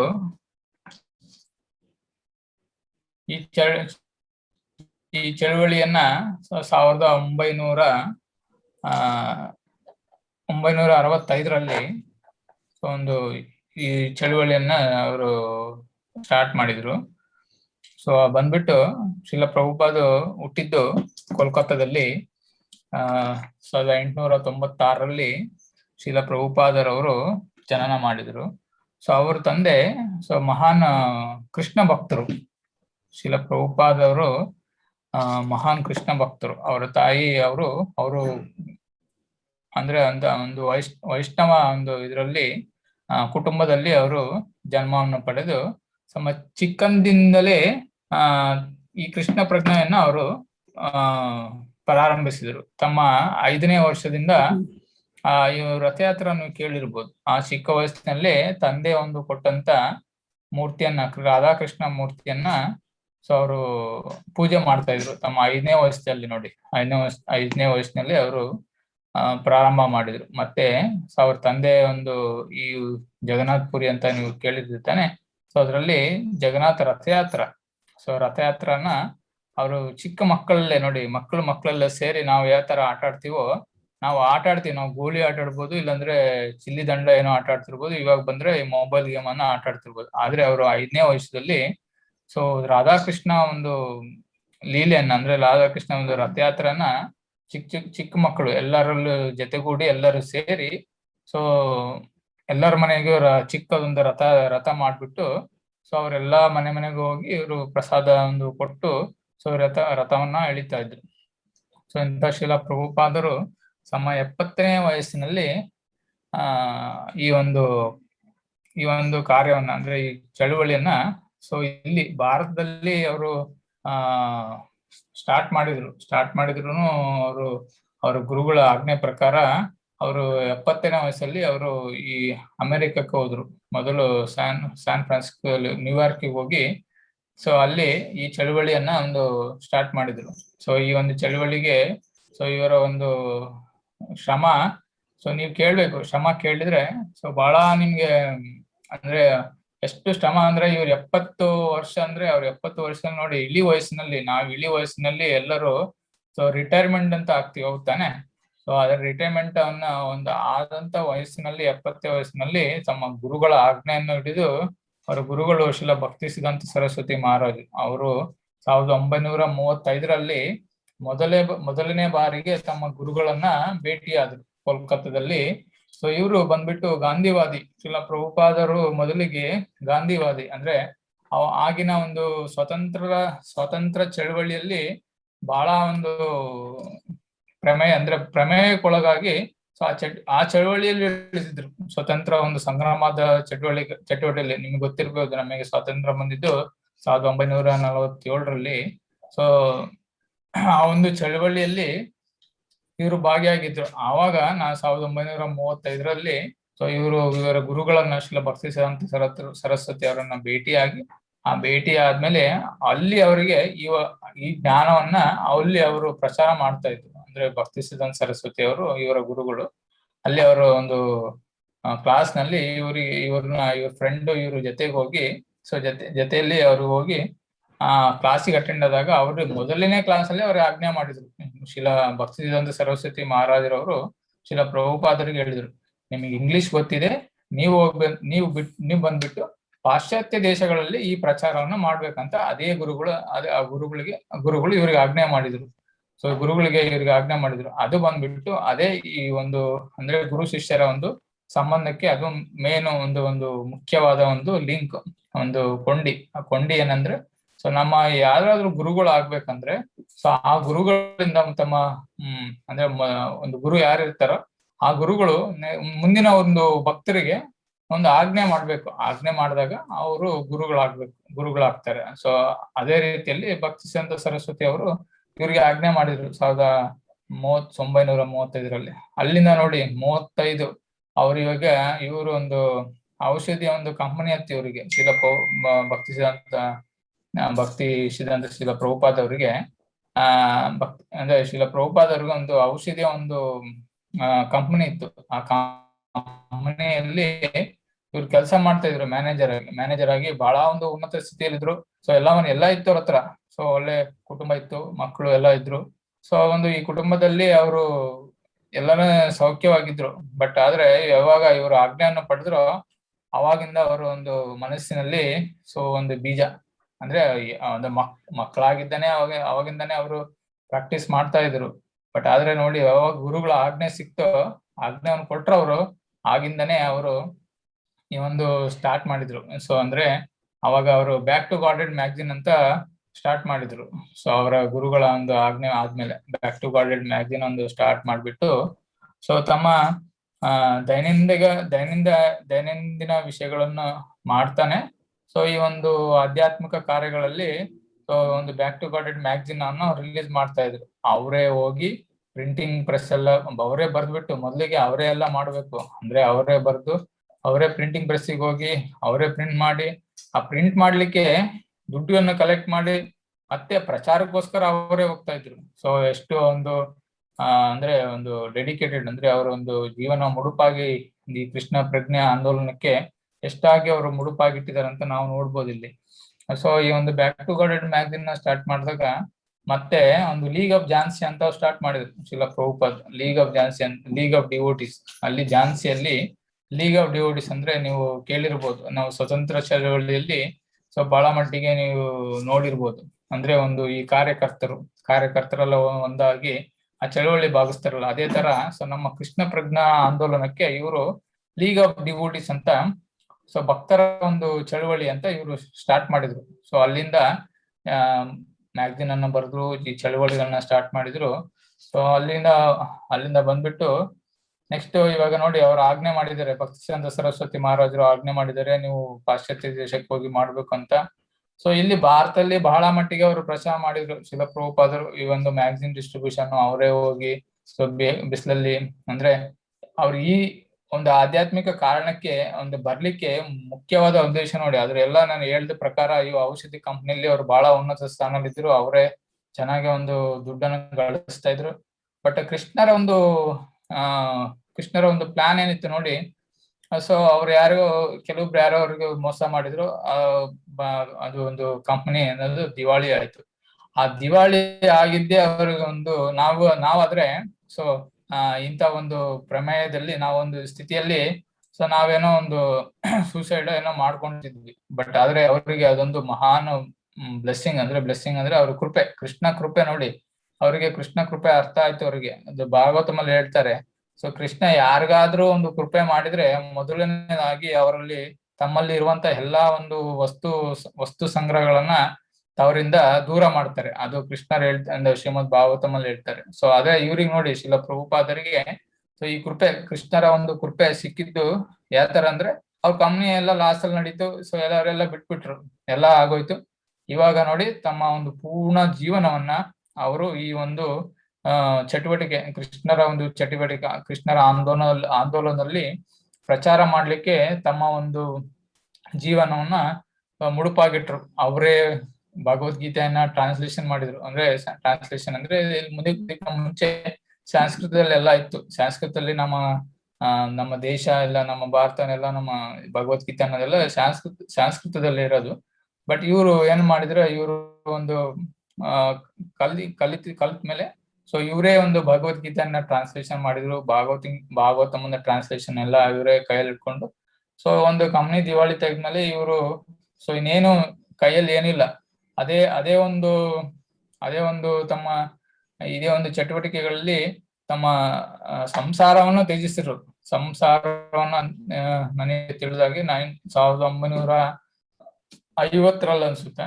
ಸೊ 50ರಲ್ಲಿ ಅವರು ಎಲ್ಲವನ್ನು ಸಂಸಾರ ಎಲ್ಲ ತ್ಯಜಿಸ್ಬಿಟ್ಟು ಸೊ ಎಲ್ಲಾ ಒಂದು ಜೀವನವನ್ನ ಮುಡುಪಾಗಿಟ್ರು. ಸೊ ಅಲ್ಲಿಂದ ಅವರು ವೃಂದಾವನಕ್ಕೆ ಹೋದ್ರು. ವೃಂದಾವನದಲ್ಲಿ ರಾಧಾ ದಾಮೋದರ್ ಟೆಂಪಲ್ ಅಂತ, ದಾಮೋದರ್ ದೇವಸ್ಥಾನ ಅಂತ ಇದೆ. ಅಲ್ಲಿ ನೀವು ರಾಧಾ ದಾಮೋದರ್ ದೇವಸ್ಥಾನ ಅಂದ್ರೆ ಸ್ವಯಂ ಪ್ರತಿಷ್ಠೆ, ಅದು ಸ್ವಯಂ ಪ್ರತಿಷ್ಠೆ ಆಗಿರೋದಂತ. ಸೊ ಕೃಷ್ಣರ ಮೂರ್ತಿ ಅಲ್ಲೇ ಒಂದು ದೇವಸ್ಥಾನದಲ್ಲಿ, ಅಲ್ಲೇ ಅವರ ಆಚಾರ್ಯಗಳಂದ್ರೆ ನೀವು ನೋಡಿ, ನಮ್ಮ ದಕ್ಷಿಣ ಭಾರತ ಮತ್ತು ಉತ್ತರ ಭಾರತ, ದಕ್ಷಿಣ ಭಾರತದಲ್ಲಿ ನಮಗೆ ಮೇಲಾಗಿ ಮೊದಲಾದ ಬಹಳ ಆಚಾರ್ಯಗಳು ಇಲ್ಲೇ ನಮ್ಮ ದಕ್ಷಿಣ ಭಾರತದಲ್ಲಿ ಇದ್ದಾರೆ. ಅಲ್ಲಿಂದ ಮಧ್ವ, ಇಲ್ಲದ ರಾಮಾನುಜಿತ. ಅದೇ ತರ ಉತ್ತರ ಭಾರತದಲ್ಲಿ ಸೊ ಆಚಾರ್ಯಗಳು ಅಲ್ಲೂ ಇದ್ದಾರೆ. ಇವಾಗ ಚೈತನ್ಯ ಮಹಾಪ್ರಭುಗಳ ಸೊ ಶಿಷ್ಯರಾದಂತ ಸದ್ಗೋಸ್ವಾಮಿಗಳು.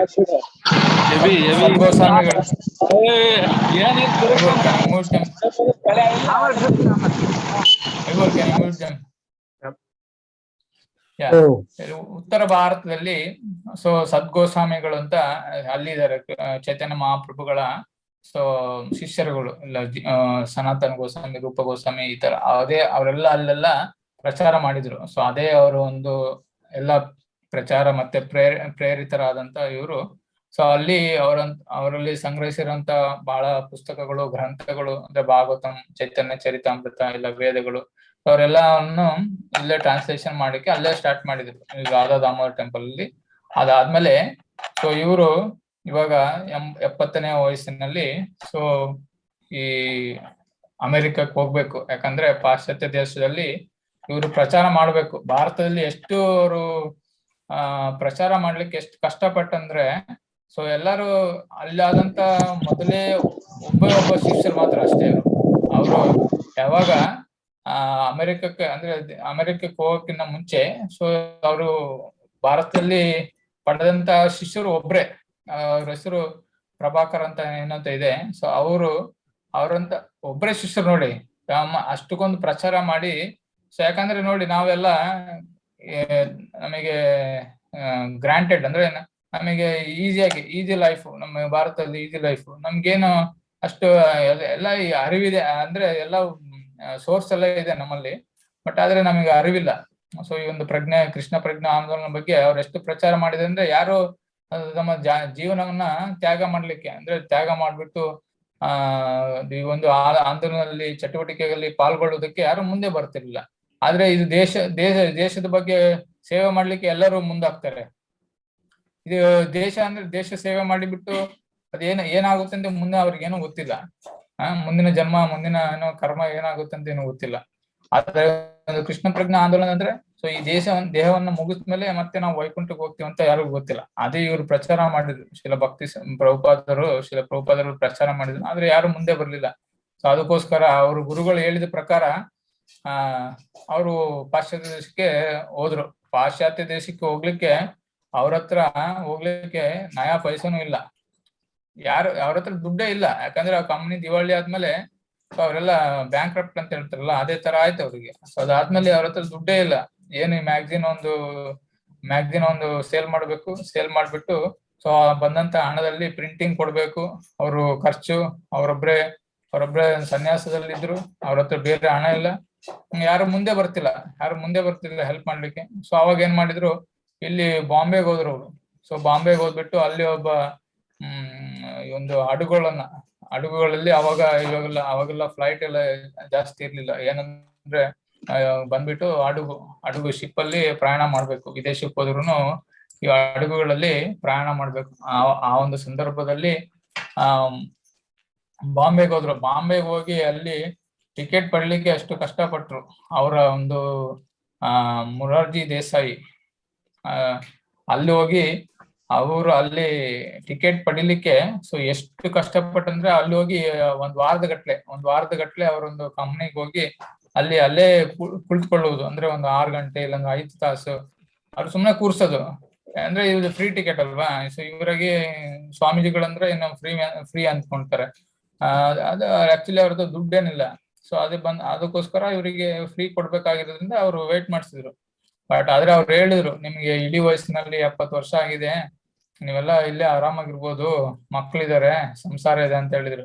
ಬಟ್ ಆದ್ರೆ ಅವ್ರು ಎಷ್ಟು ಸೀರಿಯಸ್ ಅಂದ್ರೆ ಈ ಒಂದು ಚಟುವಟಿಕೆಗಳನ್ನ ಸೊ ಎಲ್ಲರಿಗೂ ಹಂಚ್ಬೇಕು. ಸೊ ಈ ಕೃಷ್ಣ ಪ್ರಜ್ಞೆಯನ್ನ ಸೊ ಈ ಭಗವದ್ಗೀತೆ ಪ್ರಚಾರ ಮಾಡ್ಲಿಕ್ಕೋಸ್ಕರ ಸೊ ಅವ್ರು ಏನೆಲ್ಲ ಕಷ್ಟಪಟ್ಬಿಟ್ಟು ಹೆಂಗೋ ಒಂದ್ ಮಾಡಿ ಆ ಒಂದು ಟಿಕೆಟ್ ಅನ್ನ ಗಳಿಸಿದ್ರು. ಅಲ್ಲಿ ಟಿಕೆಟ್ ಗಳಿಸಿದ್ಮೇಲೆ ಅಮೆರಿಕಕ್ಕೆ ಹೋದ್ರು.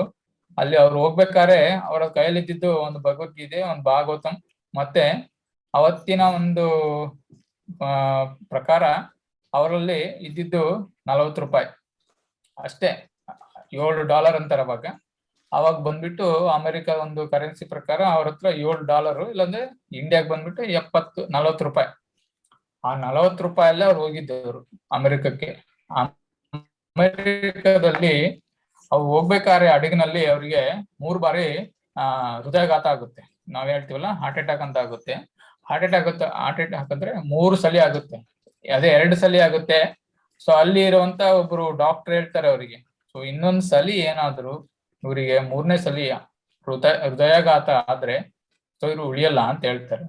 ಸೊ ಅವರು ಅವಾಗ ನೋಡಿ ಕೃಷ್ಣರಲ್ಲಿ ಅವ್ರನ್ನ ಪ್ರಾರ್ಥನೆ ಮಾಡ್ತಾರೆ, ಕೃಷ್ಣ, ಸೊ ನನಗೋಸ್ಕರ ಏನು ಹೋಗ್ತಾ ಇಲ್ಲ. ಸೊ ನಾನ್ ಬಂದ್ಬಿಟ್ಟು ಸೊ ಈ ಕೃಷ್ಣ ಪ್ರಜ್ಞೆಯನ್ನ ಸೊ ಎಲ್ಲರಿಗೂ ಹಂಚಲಿಕ್ಕೆ ನನ್ನ ಗುರುಗಳ ಆಜ್ಞೆ ಮೇಲೆ ಸೊ ಹಂಚಲಿಕ್ಕೆ ಹೋಗ್ತಾ ಇದ್ದೀನಿ. ಸೊ ಎಲ್ಲ ನಿನ್ ಕೈಯಲ್ಲಿದೆ ಅಂತ ಹೇಳಿದಾಗ ಆ ಒಂದು ರಾತ್ರಿಯಲ್ಲಿ ಕೃಷ್ಣ ಅವ್ರಿಗೆ ಕನಸಿನಲ್ಲಿ ಬರ್ತಾರೆ. ಆ ಕನಸಿನಲ್ಲಿ ಬಂದ್ಬಿಟ್ಟು ಸೊ ಅವರಿಗೆ ಕೃಪೆಯನ್ನು ಕೊಡ್ತಾರೆ. ಆ ಕೃಪೆ ಕೊಟ್ಬಿಟ್ಟು ಸೊ ಇವನ್ನ ಆ ಜಲದೂತದಲ್ಲಿ ಸೊ ಒಂದು ಹಡಗಿನಲ್ಲಿ ಕರ್ಕೊಂಡು ಹೋಗ್ತಾರೆ. ನೀವು ನೋಡಿ, ಹಿಂದೂ ಮಹಾಸಾಗರ ಇಲ್ಲಾಂದ್ರೆ ಇಂಥ ಮಹಾಸಾಗರಗಳಲ್ಲಿ ಸೊ ಎಂತ ಅಲೆಗಳಿರುತ್ತೆ ನೀವೆಲ್ಲ ನೋಡಿರ್ಬೋದು. ಸಾಮಾನ್ಯ ಹಡಗು ಹೋಗ್ಲಿಕ್ಕೆ ಅದು ಬಹಳ ಕಷ್ಟ. ಹಡಗಿನಲ್ಲಿ ಹೋಗ್ಬೇಕಂದ್ರೆ ಅವ್ರಿಗೆ ಹೃದಯ ಹೊರಗಡೆ ಬರ್ಬೇಕು. ಆ ಹೃದಯ ಅನ್ನೋದು ಹೊರಗಡೆ ಅಷ್ಟು ಗಟ್ಟಿ ಇರ್ಬೇಕು. ಅಷ್ಟು ಸುಲಭ ಅಲ್ಲ ಸಮುದ್ರದಲ್ಲಿ ಅಂದ್ರೆ ಜರ್ನಿ ಮಾಡೋದು. ಆ ಜರ್ನಿ ಅಲೆಗಳು ನೋಡಿದ್ರೆ ನೀವು ಅಂದ್ರೆ ಪ್ರಾಣ ಎಷ್ಟು ನಿಮಗೆ ಹೊಡ್ಕೊಂತಿರುತ್ತೆ. ಸೊ ಅಂತ ಒಂದು ಅಲೆಗಳು ಹಿಂದೂ ಮಹಾಸಾಗರದಲ್ಲಿ ಹೋಗ್ತಿರ್ಬೇಕಾದ್ರೆ 3 ಒಂದು ಸಮುದ್ರಗಳನ್ನ ದಾಟಿ ಅಮೆರಿಕಕ್ಕೆ ಹೋಗ್ಬೇಕಾಗಿತ್ತು ಅವರು. ಸೊ ಹೋಗ್ತಾ ಇರ್ಬೇಕಾದ್ರೆ ಅವರು ಕ್ಯಾಪ್ಟನ್ ಇರುವಂತ ಇವ್ರು ಹೇಳ್ತಾರೆ, ಸೊ ಇಂತ ಒಂದು ಅಲೆಗಳು ಅಂದ್ರೆ ಯಾವಾಗ್ಲೂ ಅಲೆಗಳು ಇರ್ತಾ ಇತ್ತು. ಆದ್ರೆ ಈ ದಿನ ಅಂದ್ರೆ ಈ ಒಂದು ಪ್ರಯಾಣದಲ್ಲಿ ನಾನು ಹಿಂದೆಂದೂ ನೋಡೇ ಇರ್ಲಿಲ್ಲ. ಅಂದ್ರೆ ಅಲೆಗಳು ಬಹಳ ಸ್ಮೂತ್ ಆಗಿದ್ವು ಅಂದ್ರೆ ಎಷ್ಟು ನಿಧಾನವಾಗಿದ್ದಂದ್ರೆ ಹಡಗಿಗೆ ಎಲ್ಲಾ ಒಂದು ಪ್ರಯಾಣಕ್ಕೆ ಎಲ್ಲಾ ಅನುಕೂಲಗಳನ್ನ ಅವರಲ್ಲಿ ಅಂದ್ರೆ ತೋರಿಸಿದ್ರು ಅಲ್ಲಿ. ಸೊ ಈ ಒಂದು ಇದೇ ತರ ಅವರು ಅಮೆರಿಕದಲ್ಲಿ ಕಾಲಿಟ್ರು.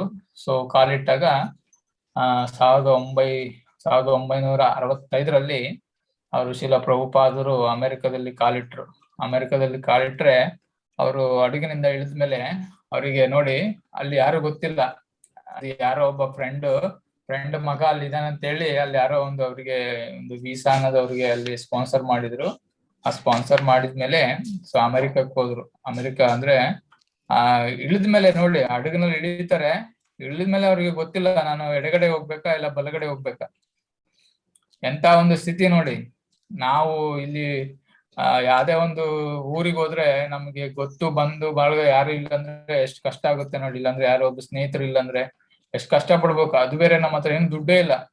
ಅದು ಇವರು ದೇಶ ಅನ್ನೋದು ದೇಶದಲ್ಲಿ ನಮ್ಮ ದೇಶದಲ್ಲೇ ಎಷ್ಟು ಕಷ್ಟ ಪಡ್ಬೇಕು. ಬಟ್ ಆದ್ರೆ ನಮಗ್ ಗೊತ್ತಿರದೇ ಇರೋಂತ ದೇಶದಲ್ಲಿ ಶಿಲ ಪ್ರಭುಪಾದರು ಹೋಗಿ ಒಂದು 40 ರೂಪಾಯಲ್ಲಿ ನೋಡಿ, 40 ರೂಪಾಯಲ್ಲಿ ಏನ್ ಬರುತ್ತೆ ನಿಮ್ಗೆ? ಒಂದು ಊಟ, ಒಂದು ತಿಂಡಿ ಏನೋ ಒಂದು ಬರಲ್ಲ. ಅಂತ ಒಂದು 40 ರೂಪಾಯಿದಲ್ಲಿ ಅವ್ರು ಅಮೆರಿಕಕ್ಕೆ ಕಾಲಿಟ್ರು. ಎಡಗಡೆ ಹೋಗ್ಬೇಕಾ ಬಲಗಡೆ ಹೋಗ್ಬೇಕಾ ಅನ್ನೋ ಗೊತ್ತಿಲ್ಲ ಅವರಿಗೆ. ಸೊ ಅಂತ ಒಂದು ಸಮಯದಲ್ಲಿ ಆ ಒಂದು ಪರಿಸ್ಥಿತಿಯಲ್ಲಿ ಅವರು ಸೊ ಅಲ್ಲಿ ಅಮೆರಿಕಕ್ಕೆ ಹೋದಾಗ ಅಲ್ಲಿ ಒಂದು ಸ್ನೇಹಿತನ ಮಗನ ಒಂದು ಮನೆಯಲ್ಲಿ ಒಂದು ತಿಂಗಳ ನೆಲೆ ಉಳ್ಕೊಂಡಿದ್ರು ಅಲ್ಲಿ. ಆಮೇಲೆ ಅವ್ರಿಗೆ ಅಷ್ಟು ವೀಸಾ ಅಷ್ಟೇ ಇತ್ತು. ಮತ್ತೆ ಆಮೇಲೆ ಸೊ ಏನೋ ಒಂದು ಇದ್ರಲ್ಲಿ ಅವ್ರಿಗೆ ಫ್ರೆಂಡ್ಗೆ ರೆಕಮೆಂಡ್ ಮಾಡಿ ಮತ್ತೆ ಅವರು ಸೊ ವೀಸಾವನ್ನ ಎಕ್ಸ್ಟೆಂಡ್ ಮಾಡಿ ಸೊ ಒಂದು 1965ರಲ್ಲಿ ಕೃಷ್ಣ ಪ್ರಜ್ಞಾ ಆಂದೋಲನವನ್ನ ಅವರು ಸ್ಥಾಪನೆ ಮಾಡಿದ್ರು. ಅಲ್ಲಿ ಹೋಗ್ಬಿಟ್ಟು ಸೊ ಇವ್ರೇನೋ ಒಂದು ಮ್ಯಾಜಿಕ್ ಅನ್ನೋದು ಏನು ಮಾಡ್ಲಿಲ್ಲ. ಅವ್ರು ಮಾಡಿದ್ದೊಂದು ಮ್ಯಾಜಿಕ್ ಏನಂದ್ರೆ ಈ ಹರೇ ಕೃಷ್ಣ ಮಹಾಮಂತ್ರವನ್ನ ಜಪನೆ ಮಾಡಿದ್ದಷ್ಟೇ. ಅಷ್ಟು ಅವ್ರೆಷ್ಟು ಒಂದು ಶುದ್ಧವಾದ ಭಕ್ತರು ಅಂದ್ರೆ, ಯಾಕಂದ್ರೆ ಶುದ್ಧವಾದ ಭಕ್ತರು ಮಾತ್ರ ಇಂತ ಒಂದು ಕೆಲಸ ಮಾಡ್ಲಿಕ್ಕೆ ಸಾಧ್ಯ. ನಿಮ್ಮ ಒಂದು ಕೈಯಲ್ಲಿ ಏನಿಲ್ಲ. ಸೊ ಕೃಷ್ಣ ಕೃಪೆ ಇರ್ಬೇಕು. ನಾವು ಶುದ್ಧರಾಗಿದ್ರೆ ಸೊ ಮಂತ್ರ ಅನ್ನೋದು, ಮಹಾಮಂತ್ರ ಅನ್ನೋದು ಅದು ಕೆಲಸ ಮಾಡುತ್ತೆ. ಯಾಕಂದ್ರೆ ಅದು ಮಂತ್ರ ಅನ್ನೋದು ಸಾಮಾನ್ಯ ಮಂತ್ರ ಅಲ್ಲ. ಸೊ ಸಾಮಾನ್ಯ ಮಂತ್ರ ಇದ್ರೆ ಅದು ಇಷ್ಟು ಜನ ನೋಡಿ, ಅಮೆರಿಕದಲ್ಲಿ ಇನ್ನೊಂದು ಪಾಶ್ಚಾತ್ಯ ದೇಶಗಳಲ್ಲಿ ಜನರು ಎಲ್ಲಾ ಒಂದು ನೀವು ಇವಾಗ ಓದಿರಿ, ನಾಲ್ಕು ರೀತಿಯ ಪಾಪ ಕೃತ್ಯಗಳಲ್ಲಿ ಅವರೆಲ್ಲ ತೊಡಗಿರ್ತಾರೆ. ಮಾಂಸ, ಜೂಜು, ಇಂತ ಅಕ್ರಮ ಲೈಂಗಿಕತೆ ಅವ್ರು ಎಲ್ಲಾ ಇದ್ರಲ್ಲಿ ಅವರು ಎಲ್ಲಾ ಕೆಲಸಗಳನ್ನ ಮಾಡಿದಾರೆ. ಅಂತರ್ನ ಹೋಗಿ ನಾವು ಒಂದು ಕೃಷ್ಣ ಪ್ರಜ್ಞೆನ ಆಂದೋಲನದಲ್ಲಿ ಇಳಿಸ್ಬೇಕಂದ್ರೆ ಇದು ಎಷ್ಟು ಕಷ್ಟ ಕೆಲಸ ತಾನೆ. ಅಂತ ಕೆಲಸವನ್ನ ಶೀಲ ಪ್ರಭುಪಾದರು ಒಂದು ಮಹಾಮಂತ್ರದಿಂದ ಅವರು ಒಂದು 1960 ಅವರು ಈ ಮಹಾಮಂತ್ರವನ್ನ ಸ್ಟಾರ್ಟ್ ಮಾಡಿದ್ರು. ಇವ್ರು ಹೋಗಿ ದಿನಾಲು 3 ಗಂಟೆ 4 ಗಂಟೆ ಸೊ ಈ ಪಾರ್ಕ್ ನಲ್ಲಿ ಹೋಗಿ ಹರೇ ಕೃಷ್ಣ ಮಹಾಮಂತ್ರವನ್ನ ಜಪನೆ ಮಾಡ್ತಾ ಇದ್ರು.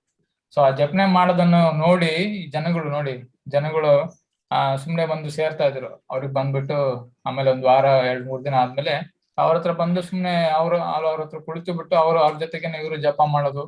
ಸೊ ಜಪ ಮಾಡಿದ್ಮೇಲೆ ಅವಾಗ ಇವರು ಒಂದು ಬಾಡಿಗೆ ತಗೊಂಡ್ರು, ಮನೆ ಬಾಡಿಗೆ ತಗೊಂಡು. ಸೊ ಮನೆ ಬಾಡಿಗೆ ತಗೊಂಡು ಅಲ್ಲಿ ಮತ್ತೆ ಒಂದು ಪ್ರೋಗ್ರಾಮ್ ಸ್ಟಾರ್ಟ್ ಮಾಡಿದ್ರು. ಪ್ರೋಗ್ರಾಮ್ ಸ್ಟಾರ್ಟ್ ಮಾಡಿ ಸೊ ಇದೇ ತರ ಅವರು ಬೆಳೆದು ಎಲ್ಲಾ ದೇಶಗಳನ್ನ ಸುತ್ತಿದ್ರು.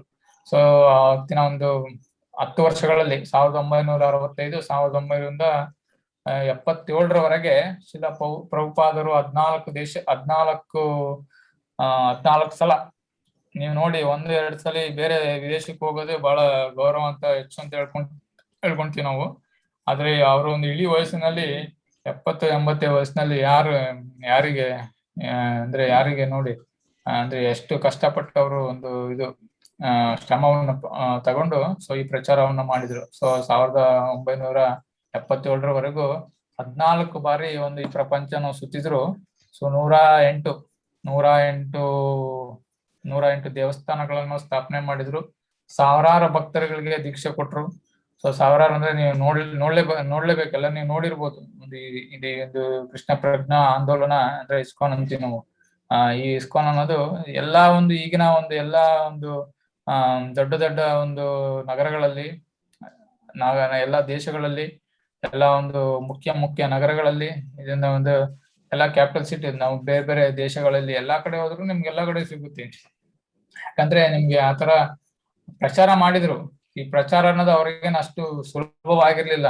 ಅವ್ರು ಬಂದ್ಬಿಟ್ಟು ಅಲ್ಲಿ ಟೇಪ್ ಎಲ್ಲ ರೆಕಾರ್ಡ್ ಮಾಡ್ಬಿಟ್ಟು ಅದನ್ನೇ ಅನುವಾದ ಮಾಡ್ಬಿಟ್ಟು ಅಲ್ಲಿಂದನೇ ಎಲ್ಲ ಪ್ರಚಾರ ಮಾಡಿ, ಅವಾಗ ನೋಡಿ ದೀಕ್ಷೆ ಅವರೇ ಕೊಡ್ತಾ ಇದ್ರು. ದೀಕ್ಷೆ ಕೊಟ್ಬಿಟ್ಟು ಅವರಿಗೆ 24 ಗಂಟೆ ಅಂದ್ರೆ ಬಿಡುವಿಲ್ಲದ ಸಮಯ. ಅಂದ್ರೆ ಬಿಡುವೇ ಇರಲ್ಲ ಅವರಿಗೆ. ಸೊ ಎಂತ ಒಂದು ಶೆಡ್ಯೂಲ್ ಇತ್ತಂದ್ರೆ ಅವರಿಗೆ. ಸೊ ರಾತ್ರಿ 2 ಇಲ್ಲಂದ್ರೆ 3 ಗಂಟೆ ಮಲಗ್ತಾ ಇದ್ರು ಅಷ್ಟೇ ಅವರು. ರಾತ್ರಿ 2-3 ಗಂಟೆ, ಮತ್ ಮಧ್ಯಾಹ್ನ ಊಟ ಆದ್ಮೇಲೆ ಒಂದು ಗಂಟೆ, ಒಂದೂವರೆ ಗಂಟೆ ಅಷ್ಟೇ ಮಲಗ್ತಾ ಇದ್ರು. ಇನ್ನ ಉಳಿದಂತ ಎಲ್ಲಾ ಸಮಯವನ್ನ ಪ್ರಚಾರ ಕಾರ್ಯದಲ್ಲಿ ತೊಡಗ್ತಾ ಇದ್ರು. ಸೊ ಮೇನ್ ಆಗಿ ಬಂದ್ಬಿಟ್ಟು ಈ ಅನುವಾದವನ್ನ ನಾವು ಇವಾಗ ಸುಲಭವಾಗಿ ಆನ್ಲೈನ್ ಅಲ್ಲಿ ಎಲ್ಲವನ್ನು ಪಡಿತಾ ಇದೀವಿ. ಬಟ್ ಅದಕ್ಕೊಂದು ಕಾರಣ ಯಾರಂದ್ರೆ ಶ್ರೀಲ ಪ್ರಭುಪಾದರು. ಸೊ ಇವೆಲ್ಲ ಟ್ರಾನ್ಸ್ಲೇಷನ್ ಬೇರೆ ಒಂದು ಲ್ಯಾಂಗ್ವೇಜ್ ಅಲ್ಲಿ, ಸೊ ಎಲ್ಲದ್ರಲ್ಲಿ ಅವರು ಟ್ರಾನ್ಸ್ಲೇಷನ್ ಅಂದ್ರೆ ಎಲ್ಲಾ ಭಕ್ತರು ಟ್ರಾನ್ಸ್ಲೇಷನ್ ಮಾಡಿದ್ರು. ಬಟ್ ಇವರು ಮೇನ್ ಆಗಿ ಬಂದ್ಬಿಟ್ಟು ಭಗವದ್ಗೀತೆ, ಭಾಗವತಂ, ಚೈತನ್ಯ ಚರಿತಾಮೃತ, ನೀವೆಲ್ಲ ಕೇಳಿರ್ಬೋದು, ನೆಕ್ಟರ್ ಆಫ್ ಡಿವೋಷನ್ ಅಂತ. ಸೊ ಈ ತರ ಎಲ್ಲಾ ಒಂದು ಪುಸ್ತಕಗಳನ್ನ 68 ಲ್ಯಾಂಗ್ವೇಜ್ಗಳಲ್ಲಿ, ಸೊ ಅವರೆಲ್ಲಾ ಒಂದು ಭಾಷೆಗಳಲ್ಲಿ, ಸೊ ಅಂದ್ರೆ ಅವರ ಭಕ್ತರೆಲ್ಲ ಅದು ಟ್ರಾನ್ಸ್ಲೇಟ್ ಮಾಡಿದ್ರು. ನೀವು ಎಲ್ಲರ ಹೋಗಿ, ಇಲ್ಲಾಂದ್ರೆ ಅಮೆರಿಕಕ್ಕೆ ಹೋಗಿ, ಇಲ್ಲ ಚೈನಾ ಹೋಗಿ, ಇಲ್ಲಾಂದ್ರೆ ರಷ್ಯಾಕ್ ಹೋಗಿ, ಸೊ ಎಲ್ಲಾ ಒಂದು ದೇಶಗಳಲ್ಲಿ ಸೊ ಇವ್ರ ಬಗ್ಗೆ ಅಂದ್ರೆ ಗೊತ್ತಿದೆ. ಯಾಕಂದ್ರೆ ಇವ್ರು ಮಾಡಿದ ಕೆಲಸ ಏನಂದ್ರೆ ತಮ್ಮ ಬಗ್ಗೆ ಪ್ರಚಾರ ಮಾಡ್ಕೊಳ್ಳಿಲ್ಲ. ಅವ್ರು ಮಾಡಿದ ಒಂದು ಕೆಲಸ ಏನಂದ್ರೆ ಕೃಷ್ಣರ ಬಗ್ಗೆ ಪ್ರಚಾರ ಮಾಡಿದ್ರು. ಯಾವಾಗ ನಾವು ಕೃಷ್ಣರ ಪ್ರಚಾರ ಮಾಡ್ತೀವೋ ನಮಗೆ ನಮಗೆ ಎಷ್ಟು ಸುಲಭ ಅಂದ್ರೆ ಕೃಷ್ಣ ಪ್ರಜ್ಞೆ ಪ್ರಾಕ್ಟೀಸ್ ಮಾಡೋದು. ಯಾಕಂದ್ರೆ ಸೊ ನಾವು ಅಷ್ಟು ಸುಲಭವಾಗುತ್ತೆ, ಕೃಷ್ಣರು ಅಷ್ಟೊಂದು ಕೃಪೆಯನ್ನ ಸೊ ಕೊಡ್ತಾರೆ. ಸೊ ಇದೇ ಒಂದು ರೀತಿಯಲ್ಲಿ 1977 ನವೆಂಬರ್ 14ರಲ್ಲಿ ಅವರು ಈ ಇಹಲೋಕವನ್ನ ತ್ಯಜಿಸ್ತಾರೆ. ಆದ್ರೆ ಇಹಲೋಕವನ್ನ ತ್ಯಜಿಸಕ್ಕೆ ಮುಂಚೆ ಸೊ ಅವರು ಮಾಡಿದ ಕಾರ್ಯಗಳು ಸೊ ಎಲ್ಲಾ ದೇಶಗಳಲ್ಲಿ ಶ್ಲಾಘನೀಯ.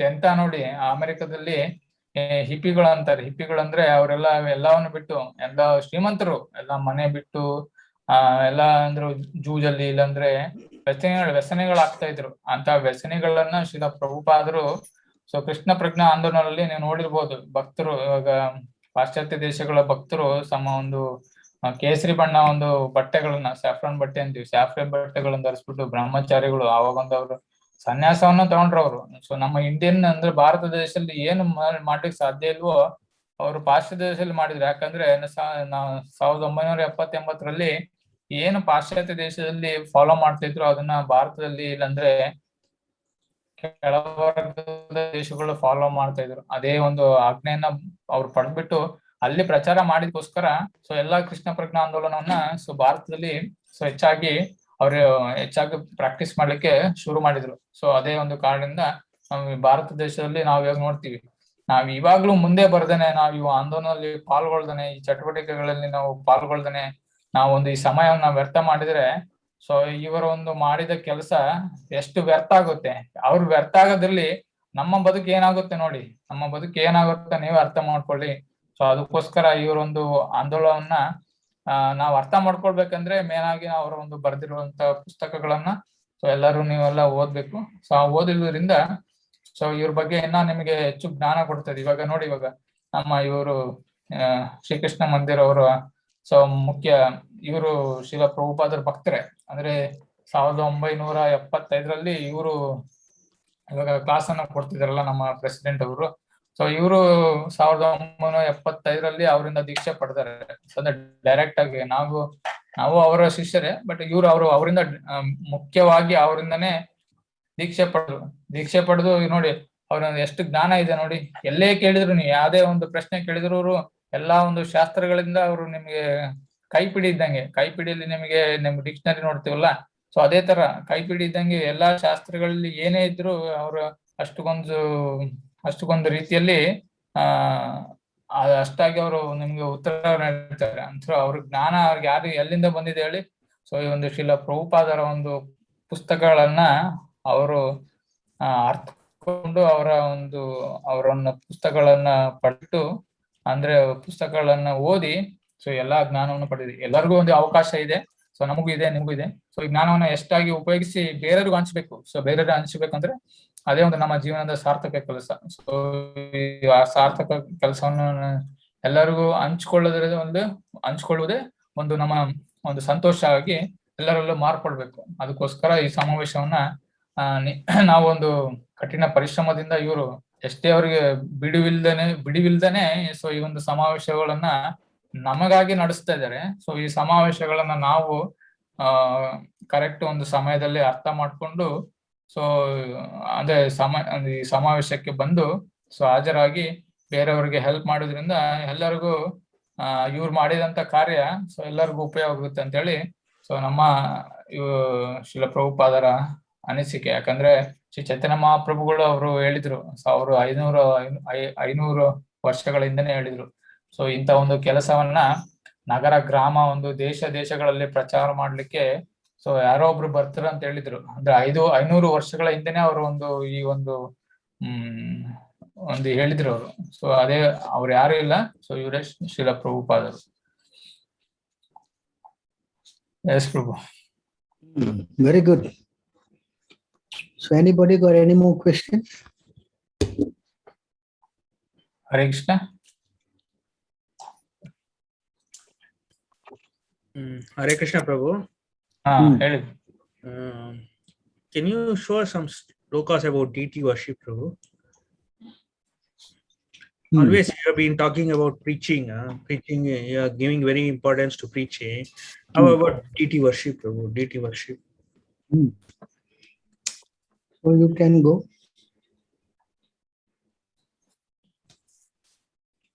11:3. 11:3.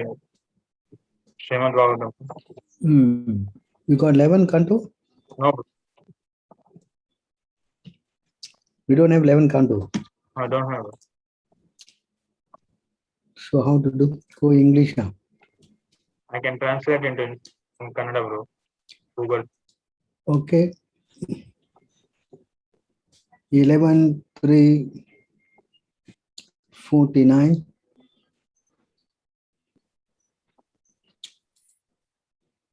50:51. 49, 50, 51, 52, 53. Hagu. Until 55.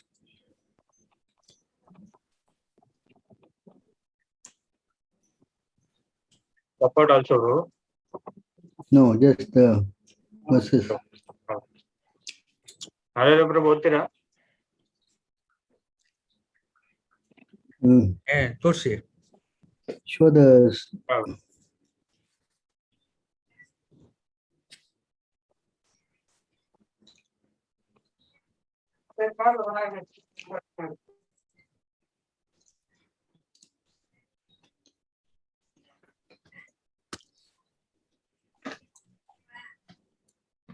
Okay, 11:3:49. ತನ್ನನ್ನು ತಾನು ಶುದ್ಧೀಕರಿಸಿದ ನಂತರ ಪ್ರಾಣದೇಹ ಶುದ್ಧಿ ಮತ್ತು ಇತರ ಪ್ರಕ್ರಿಯೆಗಳಿಂದ ದೇಹವನ್ನು ಶುದ್ಧೀಕರಿಸಿದ ನಂತರ ಮತ್ತು ರಕ್ಷಣೆಗಾಗಿ ದೇಹವನ್ನು ಪವಿತ್ರ ತಿಲಕದಿಂದ ಗುರುತಿಸಿದ ನಂತರ ಒಬ್ಬರು ದೇವರ ಮುಂದೆ ಕುಳಿತು ಪರಮಾತ್ಮನನ್ನು ಪೂಜಿಸಬೇಕು.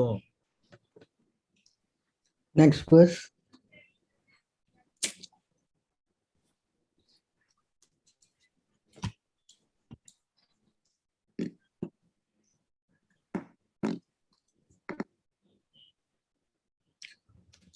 ಭಕ್ತರು ದೇವರಿಗೆ ಪೂಜೆ ಮಾಡಲು ಬೇಕಾದ ಯಾವುದೇ ಪದಾರ್ಥಗಳನ್ನು ಸಂಗ್ರಹಿಸಬೇಕು. ಕಾಣಿಕೆ, ನೆಲ, ಮನಸ್ಸು ಮತ್ತು ದೇವತೆಯನ್ನು ಸಿದ್ಧಪಡಿಸಬೇಕು. ಶುದ್ಧೀಕರಣಕ್ಕಾಗಿ ತನ್ನ ಕುಳಿತುಕೊಳ್ಳುವ ಸ್ಥಳವನ್ನು ನೀರಿನಿಂದ ಚುಮುಕಿಸಬೇಕು ಮತ್ತು ಸ್ನಾನ ಮಾಡುವ ನೀರು ಮತ್ತು ಇತರ ಸಾಮಗ್ರಿಗಳನ್ನು ತಯಾರಿಸಬೇಕು. ನಂತರ ಭಕ್ತನು ತನ್ನ ಸರಿಯಾದ ಸ್ಥಳದಲ್ಲಿ ದೈಹಿಕವಾಗಿ ಮತ್ತು ತನ್ನ ಮನಸ್ಸಿನೊಳಗೆ ತನ್ನ ಗಮನವನ್ನು ಕೇಂದ್ರೀಕರಿಸಬೇಕು ಮತ್ತು ದೇವರ ಹೃದಯ ಮತ್ತು ದೇಹದ ಇತರ ಭಾಗಗಳನ್ನು ತಿಲಕದಿಂದ ಗುರುತಿಸಬೇಕು. ನಂತರ ಅವರು ಸೂಕ್ತ ಮಂತ್ರದೊಂದಿಗೆ ಪೂಜೆ ಸಲ್ಲಿಸಬೇಕು. ನೆಕ್ಸ್ಟ್ ಶ್ಲೋಕ.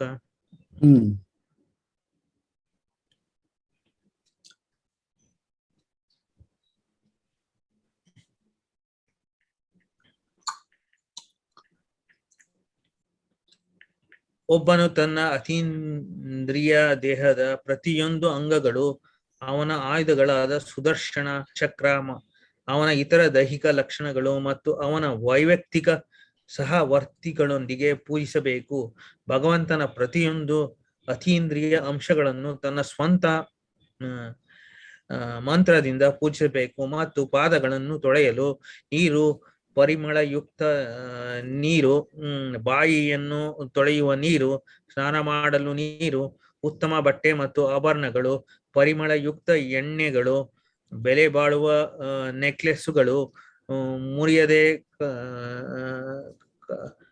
ಕಣಜಗಳು, ಹೂವಿನ ಹಾರಗಳು, ಧೂಪ ಮತ್ತು ದೀಪಗಳು ನಿಗದಿತ ನಿಯಮಾವಳಿಗಳಿಗೆ ಅನುಸಾರವಾಗಿ ಅದರ ಎಲ್ಲ ಅಂಶಗಳಲ್ಲಿ ಪೂಜೆಯನ್ನು ಪೂರ್ಣಗೊಳಿಸಿದ ನಂತರ ಹರಿದೇವರನ್ನು ಪ್ರಾರ್ಥನೆಯೊಂದಿಗೆ ಗೌರವಿಸಬೇಕು ಮತ್ತು ನಮಸ್ಕರಿಸುವ ಮೂಲಕ ಆತನಿಗೆ ನಮನ ಸಲ್ಲಿಸಬೇಕು. ನೆಕ್ಸ್ಟ್ ಶ್ಲೋಕ. Yes. I want to read in English and explain. I think the translation is not so accurate. Right, read the English. One should worship the deity along with each of the limbs of his transcendental body, his weapons such as Sudarshana Chakra, his other bodily features, and his personal associates. One should worship each of these transcendent aspects of the Lord by its own mantra and with offerings of water to wash the feet, scented water, water to wash the mouth, water for bathing, fine clothing and ornaments, fragrant oils, valuable necklaces, unbroken barleycorns, flower garlands, incense, and lamps. Having thus completed the worship in all its aspects in accordance with the prescribed regulations, one should then honor the deity of Lord Hari with prayers and offer obeisances to him by bowing down. So this is the process of deity worship, no? Okay, Prabhu. Okay. But if you want more detail, you can read 11:27, chapter 11:27. Okay, Prabhu. This is the process of deity worship, but you are always giving more importance to preaching. Then deity worship, is it important, or how much is it important? How much important? It says in this verse. Is it very important, or is it For the neophyte, without deity worship, you cannot make advancement, you know. No, okay, Prabhu. You understand? We are not like Haridas Thakur, where we can, you know, go directly to deity worship. You follow? Okay. So we are not so advanced that we can just sit down and concentrate on the deity, I mean on the Lord, no?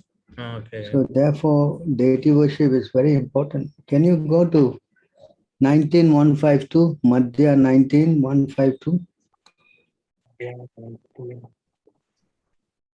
Hare Krishna. ಇಲ್ಲಿ ಈ ಸಮಾವೇಶದಲ್ಲಿ ಅವರು ಒಂದು ಪ್ರಶ್ನೆ ಕೇಳಿದರೆ, so ದೇವರ ಪೂಜೆ ಮಾಡೋದು ಬಹಳ ಮುಖ್ಯನಾ, ಅಂದ್ರೆ ಎಷ್ಟು ಮುಖ್ಯ, ಮತ್ತೆ ಸೊ ಪ್ರಚಾರ ದೇವರ ಬಗ್ಗೆ, ಕೃಷ್ಣರ ಬಗ್ಗೆ ಪ್ರಚಾರ ಮಾಡೋದು ಎಷ್ಟು ಮುಖ್ಯ ಅಂತ ಅಲ್ಲಿ ಕೇಳ್ತಾ ಇದ್ದಾರೆ. ಸೊ ಅದ್ರ ಬಗ್ಗೆ ನೀವು ದೇವರ ಪೂಜೆ ಮಾಡುವುದು ಯಾವ ತರ ಪೂಜೆ ಮಾಡ್ಬೇಕು, ಏನೆಲ್ಲ ತಂದು ಪೂಜೆ ಮಾಡ್ಬೇಕು ಅನ್ನೋದು ನಾವು ಈ ಒಂದು ಶ್ಲೋಕಗಳಲ್ಲಿ ನೋಡ್ತಾ ಇದೀವಿ. ಸೊ ಇಲ್ಲಿ ನಾವು ಒಂದು ಬಿಗಿನಿಂಗ್ ಅಲ್ಲಿ, ಸ್ಟಾರ್ಟಿಂಗ್ ಅಲ್ಲಿ, ಸೊ ದೇವರ ಅಂದ್ರೆ ಈ ಕೃಷ್ಣ ಪ್ರಜ್ಞಾ ಆಂದೋಲನದಲ್ಲಿ ಸೊ ದೇವರ ಪೂಜೆ ಮಾಡ್ದೇನೆ ಸೊ ನಾವು ಪ್ರಚಾರ ಮಾಡೋದು, ಇಲ್ಲಾಂದ್ರೆ ಅವ್ರ ಬಗ್ಗೆ ಅರ್ಥ ಮಾಡ್ಕೊಳ್ಳೋದು ಬಹಳ ಕಷ್ಟ ಅಂತ ಇಲ್ಲಿ ಅವರು ಸೊ ಪ್ರಭುಗಳು ಹೇಳ್ತಾ ಇದ್ದಾರೆ. ಸೊ ಇದನ್ನೇ ಈ ಮುಂದಿನ ಶ್ಲೋಕಗಳಲ್ಲಿ ನಾವು ನೋಡೋಣ. Can read the first paragraph. Madhya 19:152 ಅನುವಾದ. First paragraph. Purport.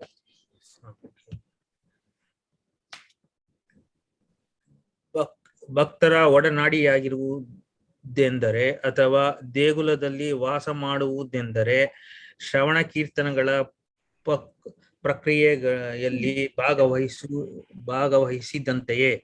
ಮೂರ್ತಿ ಪೂಜೆ ಮಾಡದೆಯೇ ಶ್ರವಣ ಕೀರ್ತನ ಪ್ರಕ್ರಿಯೆಯನ್ನು ಮುಂದುವರಿಸಬಹುದೆಂದು ಪ್ರಾರಂಭಿಕ ಭಕ್ತರು ಕೆಲವೊಮ್ಮೆ ಆಲೋಚಿಸುತ್ತಾರೆ. ಆದರೆ ಈ ತೆರನ ಶ್ರವಣ ಕೀರ್ತನ ಪ್ರಕ್ರಿಯೆಯು ಹರಿದಾಸ ಠಾಕೂರರಂತಹ ತುಂಬಾ ಮುಂದುವರಿದ ಭಕ್ತರಿಗೆ ಉಪದಿಷ್ಟವಾಗಿದೆ. ಠಾಕೂರರು ಮೂರ್ತಿ ಪೂಜೆ ಮಾಡದೆಯೇ ಶ್ರವಣ ಸಂಕೀರ್ತನ ಪ್ರಕ್ರಿಯೆಗಳಲ್ಲಿ ಪಾಲ್ಗೊಂಡರು. ಹೀಗಿರುತ್ತ ವ್ಯಕ್ತಿಯು ಹರಿದಾಸ ಠಾಕೂರರನ್ನು ಹುಸಿಯಾಗಿ ಅನುಕರಿಸ ಹೊರಟು ಮೂರ್ತಿ ಪೂಜೆ ಮಾಡದೆಯೇ ಶ್ರವಣ ಸಂಕೀರ್ತನಕ್ಕೆ ಕೈ ಹಾಕುವ ಯತ್ನದಲ್ಲಿ ಮೂರ್ತಿ ಪೂಜೆಯನ್ನು ತ್ಯಜಿಸಬಾರದು. ಆರಂಭಿಕ ಭಕ್ತರಿಗೆ ಇದು ಸಾಧ್ಯವಾಗುವುದಿಲ್ಲ. Correct Prabhu? You understand? Yeah, yes. Can you go to 7 canto, 14 chapter, text 39-40? 7:14. 7:14.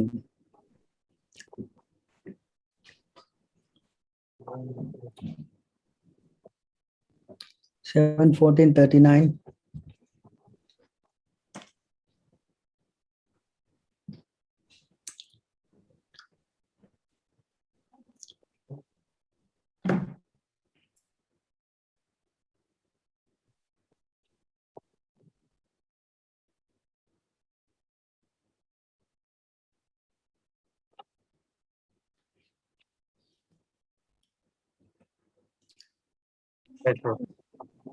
Can you read?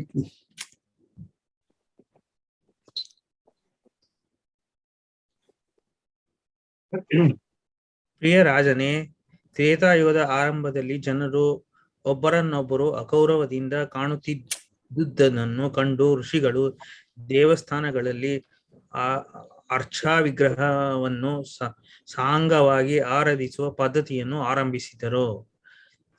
ಭಾವಾರ್ಥ: ಶ್ರೀಮದ್ ಭಾಗವತದಲ್ಲಿ 12:3-52 ಹೀಗೆ ಹೇಳಿದೆ: ಕೃತೇಯಾಧ್ಯಾಯತೋ ವಿಷ್ಣು ತ್ರೇತಾಯಂ ಯಜತೋ ಮಖೈ ದ್ವಾಪರೇ ಪರಿಚಾರ್ಯಯಾಂ ಕಲೌ ತದ್ ಹರಿಕೀರ್ತನಾತ್. ಸತ್ಯಯುಗದಲ್ಲಿ ವಿಷ್ಣುವನ್ನು ಧ್ಯಾನಿಸಿದರೆ ಯಾವ ಪುಣ್ಯ ಲಭಿಸುತ್ತಿತ್ತೋ, ತ್ರೇತಾಯುಗದಲ್ಲಿ ಯಜ್ಞ ಯಾಗಾದಿಗಳನ್ನು ಮಾಡಿದರೆ ಯಾವ ಪುಣ್ಯ ಲಭಿಸುತ್ತಿತ್ತೋ, ದ್ವಾಪರ ಯುಗದಲ್ಲಿ ಭಗವಂತನ ಪಾದಾರವಿಂದಗಳನ್ನು ಸೇವಿಸಿದರೆ ಯಾವ ಪುಣ್ಯ ಲಭಿಸುತ್ತಿತ್ತೋ ಅದನ್ನು ಕಲಿಯುಗದಲ್ಲಿ ಹರೇ ಕೃಷ್ಣ ಮಹಾಮಂತ್ರದ ಜಪದಿಂದ ಪಡೆಯಬಹುದು. ಸತ್ಯಯುಗದಲ್ಲಿ ಪ್ರತಿಯೊಬ್ಬರು ಆಧ್ಯಾತ್ಮ ಪ್ರಗತಿ ಪಡೆದಿದ್ದರು ಮತ್ತು ಮಹಾತ್ಮರ ನಡುವೆ ಹೊಟ್ಟೆ ಕಿಚ್ಚಿರಲಿಲ್ಲ.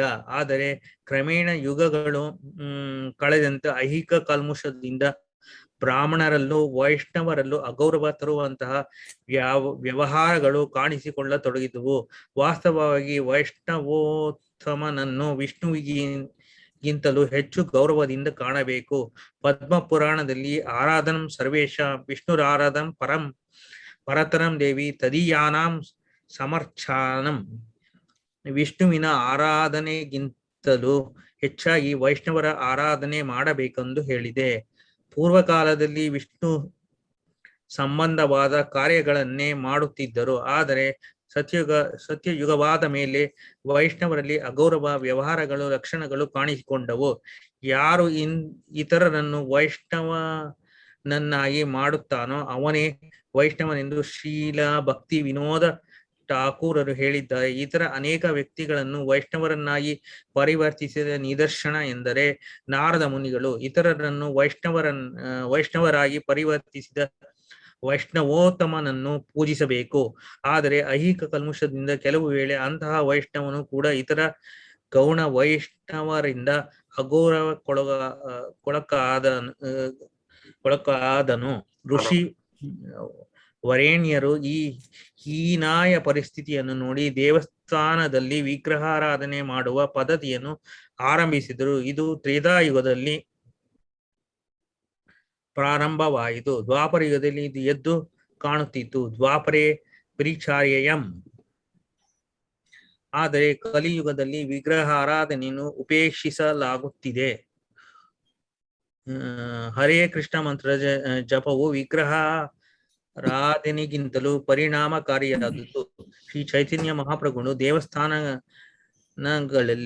ದೇವಸ್ಥಾನಗಳಲ್ಲಿ ವಿಗ್ರಹವನ್ನಾಗಲಿ ಸ್ಥಾಪಿಸದೆ ಸಂಕೀರ್ತನ ಆಂದೋಲನವನ್ನು ಬಿರುಸಾಗಿ ಆರಂಭಿಸಿ ತಮ್ಮದೇ ಆದರ್ಶನವನ್ನು ಸ್ಥಾಪಿಸಿದರು. ಆದ್ದರಿಂದ ಕೃಷ್ಣ ಪ್ರಜ್ಞಾ ಪ್ರಚಾರಕರು ಸಂಕೀರ್ತನ ಆಂದೋಲನಕ್ಕೆ ಹೆಚ್ಚು ಒತ್ತು ಕೊಡಬೇಕು.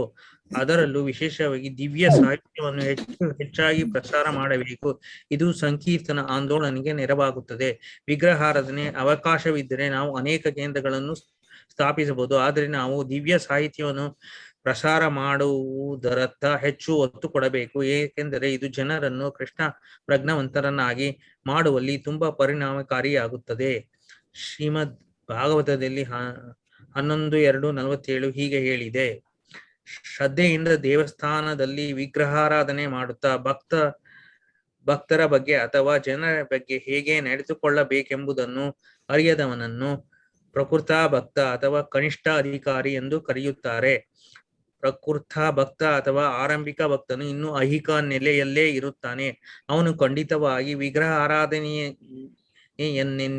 ಮಾಡುತ್ತಾನೆ. ಆದರೆ ಅವನು ಶುದ್ಧ ಭಕ್ತನ ಕೆಲಸ ಕಾರ್ಯಗಳನ್ನು ಮೆಚ್ಚಲಾರನು.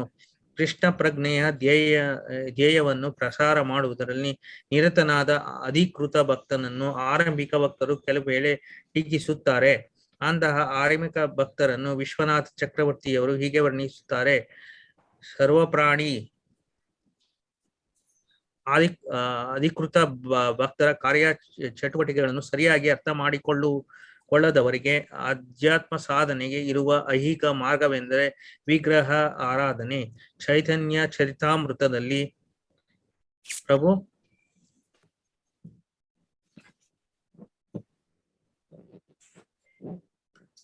ಅಂತ್ಯ 7:11 ಹೀಗೆ ಸ್ಪಷ್ಟವಾಗಿ ಹೇಳಿದ್ದಾರೆ: ಕೃಷ್ಣ ಶಕ್ತಿ ವಿನಾ ನಹೇ ತಾರ ಪ್ರವರ್ತನ. ಕೃಷ್ಣನ ಅನುಗ್ರಹವಿಲ್ಲದೆ ಭಗವಂತನ ಪವಿತ್ರ ನಾಮವನ್ನು ಜಗತ್ತಿನಾದ್ಯಂತ ಪ್ರಚಾರ ಮಾಡಲು ಸಾಧ್ಯವಿಲ್ಲ. ಆದರೆ ಹಾಗೆ ಮಾಡುವ ಭಕ್ತನನ್ನು ಭಕ್ತಿ ಸೇವೆಯ ಕೆಳಹಂತಗಳಲ್ಲಿರುವ ಆರಂಭಿಕ ಭಕ್ತನಾದ ಭಕ್ತರಾದ ಕನಿಷ್ಠ ಅಧಿಕಾರಿಗಳು ಟೀಕಿಸುತ್ತಾರೆ. ಅಂತವರು ವಿಗ್ರಹಾರಾಧನೆ ಮಾಡಲೇಬೇಕೆಂದು ಹೇಳಲಾಗಿದೆ.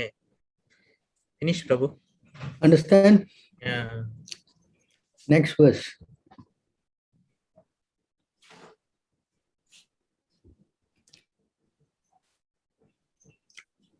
ಕೆಲವು ವೇಳೆ ಆರಂಭಿಕ ಭಕ್ತನು ಭಗವಂತನನ್ನು ಪೂಜಿಸಲು ಸಕಲವನ್ನು ಅರ್ಪಿಸುತ್ತಾನೆ. ನಿಜವಾಗಿ ಅವನು ಭಕ್ತವಂತನೇ ಆ ಅರ್ಚಾ ವಿಗ್ರಹವೆಂದು ಭಾವಿಸುತ್ತಾ ಪೂಜಿಸುತ್ತಾನೆ. ನಿಜವಾಗಿ ಅವನು ಭಗವಂತನೇ ಅರ್ಚಾ ವಿಗ್ರಹವೆಂದು ಭಾವಿಸುತ್ತಾ ಪೂಜಿಸುತ್ತಾನೆ. ಆದರೆ ಅವನು ವಿಷ್ಣುವಿನ ಅಧಿಕೃತ ಭಕ್ತರ ದ್ವೇಷಿಯಾದ್ದರಿಂದ ಭಗವಂತನು ಡೌನ್ ಪ್ರಭು ಡೌನ್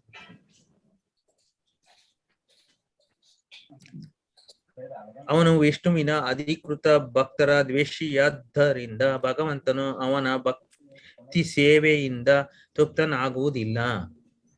ಭಾವಾರ್ಥ: ವಿಗ್ರಹಾರಾಧನೆ ಇರುವುದು ವಿಶೇಷವಾಗಿ ಆರಂಭಿಕ ಭಕ್ತರ ಶುದ್ಧೀಕರಣಕ್ಕಾಗಿ. ವಾಸ್ತವವಾಗಿ ಧರ್ಮ ಪ್ರಚಾರ ಅದಕ್ಕಿಂತ ಮುಖ್ಯ.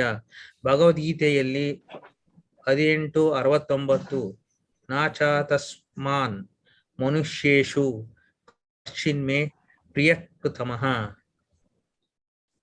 ಭಗವಂತನನ್ನು ಮೆಚ್ಚಿಸಬೇಕಾದರೆ ಅವನು ಭಗವಂತನ ಮಹಿಮಾ ಅತಿಶಯಗಳನ್ನು ಪ್ರಚಾರ ಮಾಡಬೇಕು. ವಿಗ್ರಹಾರಾಧನೆ ಮಾಡುವವರು ಧರ್ಮ ಪ್ರಚಾರಕರಿಗೆ ತುಂಬಾ ಗೌರವ ಕೊಡಬೇಕು. ಇಲ್ಲದಿದ್ದರೆ ಕೇವಲ ವಿಗ್ರಹಾರಾಧನೆಯೊಂದರಿಂದ ಅವನು ಇನ್ನೂ ಕೆಳ ಹಂತದಲ್ಲೇ ಇರುತ್ತಾನೆ.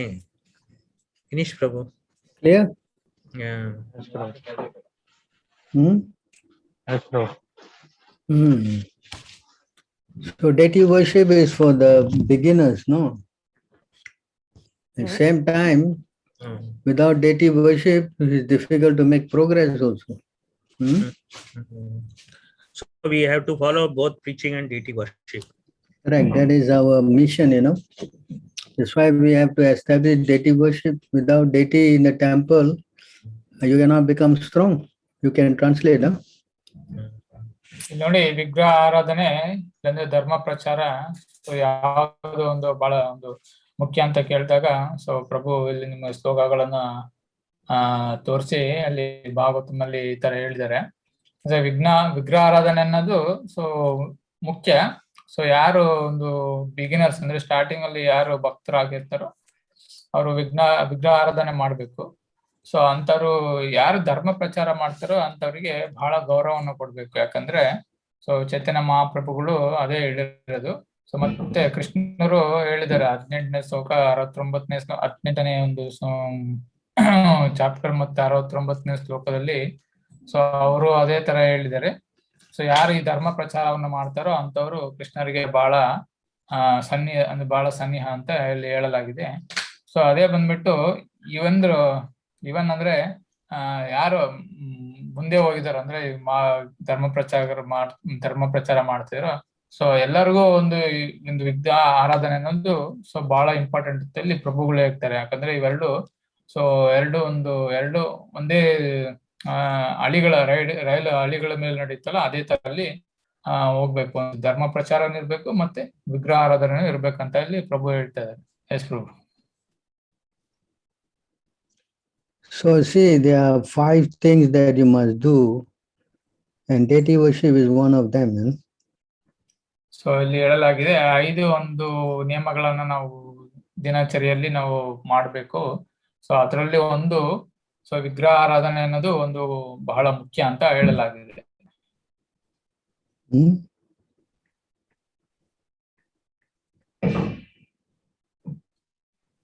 ಎಸ್ ಪ್ರಭು. 22:131. 22 bro. 22.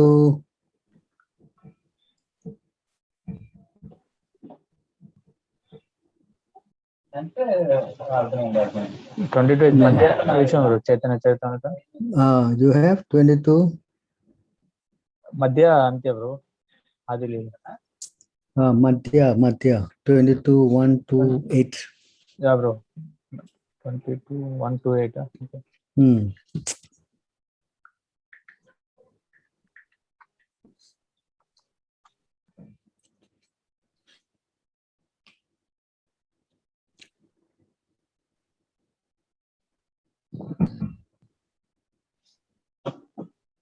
ಅನುವಾದ ಭಕ್ತರ ಸಹವಾಸ ಮಾಡಿ ಭಗವಂತನ ಪವಿತ್ರ ನಾಮ ಸಂಕೀರ್ತನೆ ಮಾಡಬೇಕು, ಶ್ರೀಮದ್ ಭಾಗವತದ ಶ್ರವಣ ಮಾಡಬೇಕು, ಮಥುರೆಯಲ್ಲಿ ವಾಸಿಸಬೇಕು, ಭಗವಂತನ ವಿಗ್ರಹವನ್ನು ಶ್ರದ್ಧಾ ಭಕ್ತಿಗಳಿಂದ ಪೂಜಿಸಬೇಕು.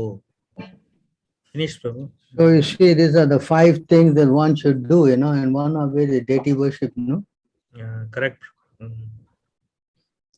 So we do what we are given by our spiritual master, no? But here they never say anything about preaching, Prabhu. Yeah, associating with devotees. Chanting. ನಾನು open ಹಾಕ್ಕೊಂಡೆ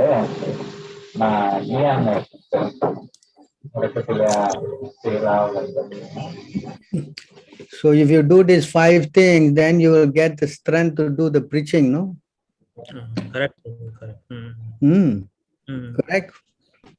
Correct. Preaching is very important, no?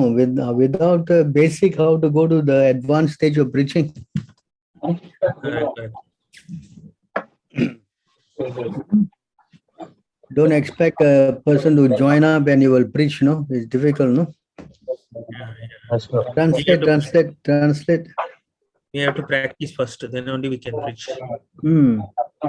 ಈ ಒಂದು ಧರ್ಮ ಪ್ರಚಾರವನ್ನ ಮಾಡುವುದು ಅಷ್ಟು ಸುಲಭವಲ್ಲ. ಯಾಕಂದ್ರೆ ನಾವು ಪ್ರಚಾರ ಮಾಡ್ಬೇಕಾದ್ರೆ ಸೊ ನಮ್ಮ ಪ್ರಚಾರ ಅಂದ್ರೆ ಕೇಳಿದವರು ಸೊ ಅದನ್ನ ಅರ್ಥ ಮಾಡ್ಕೊಂಡು ಗ್ರಹಿಸ್ಬೇಕು. ಸೊ ಅದು ಮಾಡ್ಬೇಕಂದ್ರೆ ಸೊ ಮೊದಲನೇದಾಗಿ ಸೊ ನಾವು ಈ ಒಂದು 5 ನಿಯಮಗಳನ್ನ ಪಾಲನೆ ಮಾಡ್ಬೇಕಂತ ಈ ಶ್ಲೋಕದಲ್ಲಿ ನಾವು ಅರ್ಥ ಮಾಡ್ಕೊಳ್ಬೇಕು. ಭಕ್ತರ ಸಹವಾಸ ಮಾಡುವುದು, ಭಗವಂತನ ಪವಿತ್ರ ನಾಮ ಸಂಕೀರ್ತನೆ ಮಾಡುವುದು, ಶ್ರೀಮದ್ ಭಾಗವತನ ಶ್ರವಣ ಮಾಡುವುದು, ಮತ್ತೆ ಸೊ ಮಥುರದಲ್ಲಿ ವಾಸಿಸುವುದು ಮತ್ತು ಭಗವಂತನ ವಿಗ್ರಹಗಳನ್ನು ಶ್ರದ್ಧಾ ಭಕ್ತಿಗಳಿಂದ ಪೂಜೆ ಮಾಡುವುದು. ಈ ಒಂದು 5 ನಿಯಮಗಳನ್ನ ಪಾಲನೆ ಮಾಡಿದ್ರೆ ಸೊ ಗುರುಗಳು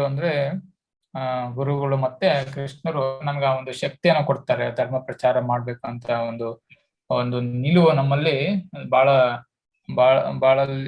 ನಮ್ಮ ನಿಲುವು ಬರುತ್ತೆ. ಸೊ ಅದರಿಂದ ನಾವು ಪ್ರಚಾರವನ್ನ ಮಾಡ್ಬೋದು ಅಂತ ಪ್ರಭು ಹೇಳ್ತಾ ಇದ್ದಾರೆ. So is it clear? Okay, Prabhu.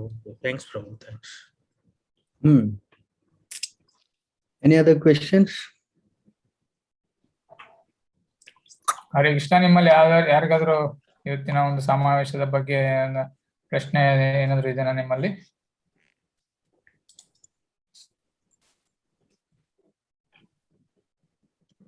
Hello. ಯಾರಿಗಾದ್ರೂ ಪ್ರಶ್ನೆ ಇದೆನಾ ಇವತ್ತಿನ ಸಮಾವೇಶದಲ್ಲಿ? ಇಲ್ಲಾಂದ್ರೆ ನಿಮಗೆ ನಿಮ್ಮ ದೈನಂದಿನ ಜೀವನದಲ್ಲಿ ಯಾವುದೇ ಒಂದು ಪ್ರಶ್ನೆ ಇರ್ಬೋದು, ಯಾವುದೇ ಒಂದು ಪ್ರಶ್ನೆಗೂ ಒಂದು ಉತ್ತರವನ್ನು ಇಲ್ಲಿ ಕೊಡಲಾಗುತ್ತೆ. ಸೊ ನಿಮ್ಮಲ್ಲಿ ಯಾವುದೇ ಒಂದು ಪ್ರಶ್ನೆ ಇದ್ರೂ ಕೇಳ್ಬೋದು ಇಲ್ಲಿ. Okay, if they don't have, then we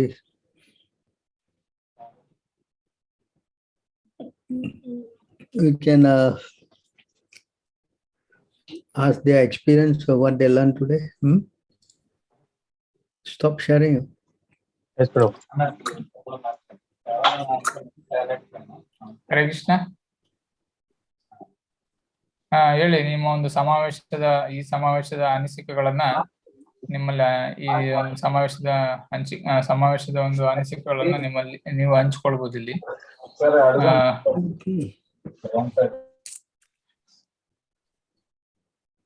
Hare Krishna, ಯಾರಾದ್ರೂ ಹೇಳ್ತೀರಾ?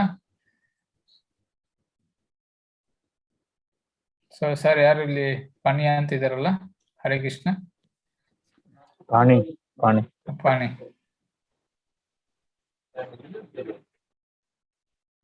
ಹಲೋ ಪಾಣಿ.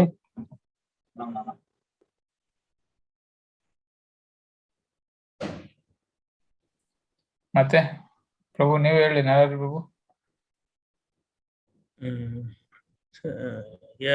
Explanation about sannyas and deity worships and the shlokas were very relevant, Prabhu.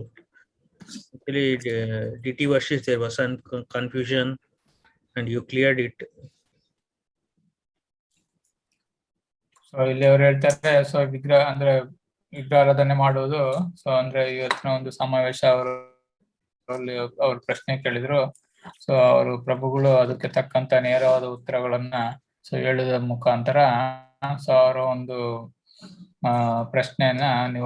ಪ್ರಶ್ನೆಗೆ ಅವರು ನಿಖರವಾದಂತ ಉತ್ತರಗಳನ್ನು ನೀಡಿದ್ದಾರೆ ಅಂತ ಅವ್ರು ಹೇಳ್ತಾ ಇದ್ದಾರೆ.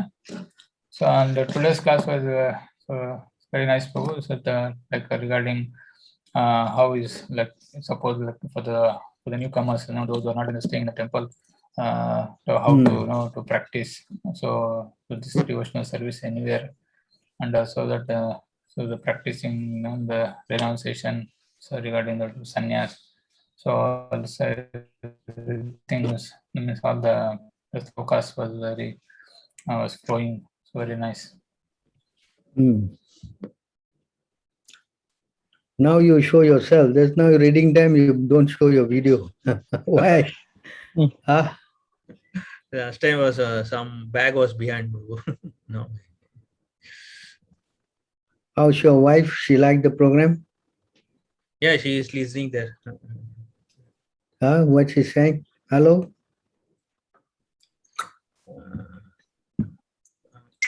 Yes, her phone sometimes the battery goes off very early. Oh. Okay, so I guess I have to thank all of you. Yes. I hope Thank you very you much. enjoyed the session. Yes. Thank you very much, Prabhu. Hare Yes. Krishna. Today we didn't get many people coming in. Huh? No, they came, they left. Yeah, bro. I think Yeah. almost around 13 people only. Good. At least we are getting some people now. Very nice. So, okay, I will take leave. Thank you again. All glories to Great. Prabhupada. All good. Thank you very much. All goes to Srila Prabhu. Hare Krishna. Thank Hare you. Krishna. Hare Thank you for Krishna. translating nicely. Pavan Thank you. Prabhu. Hare Krishna.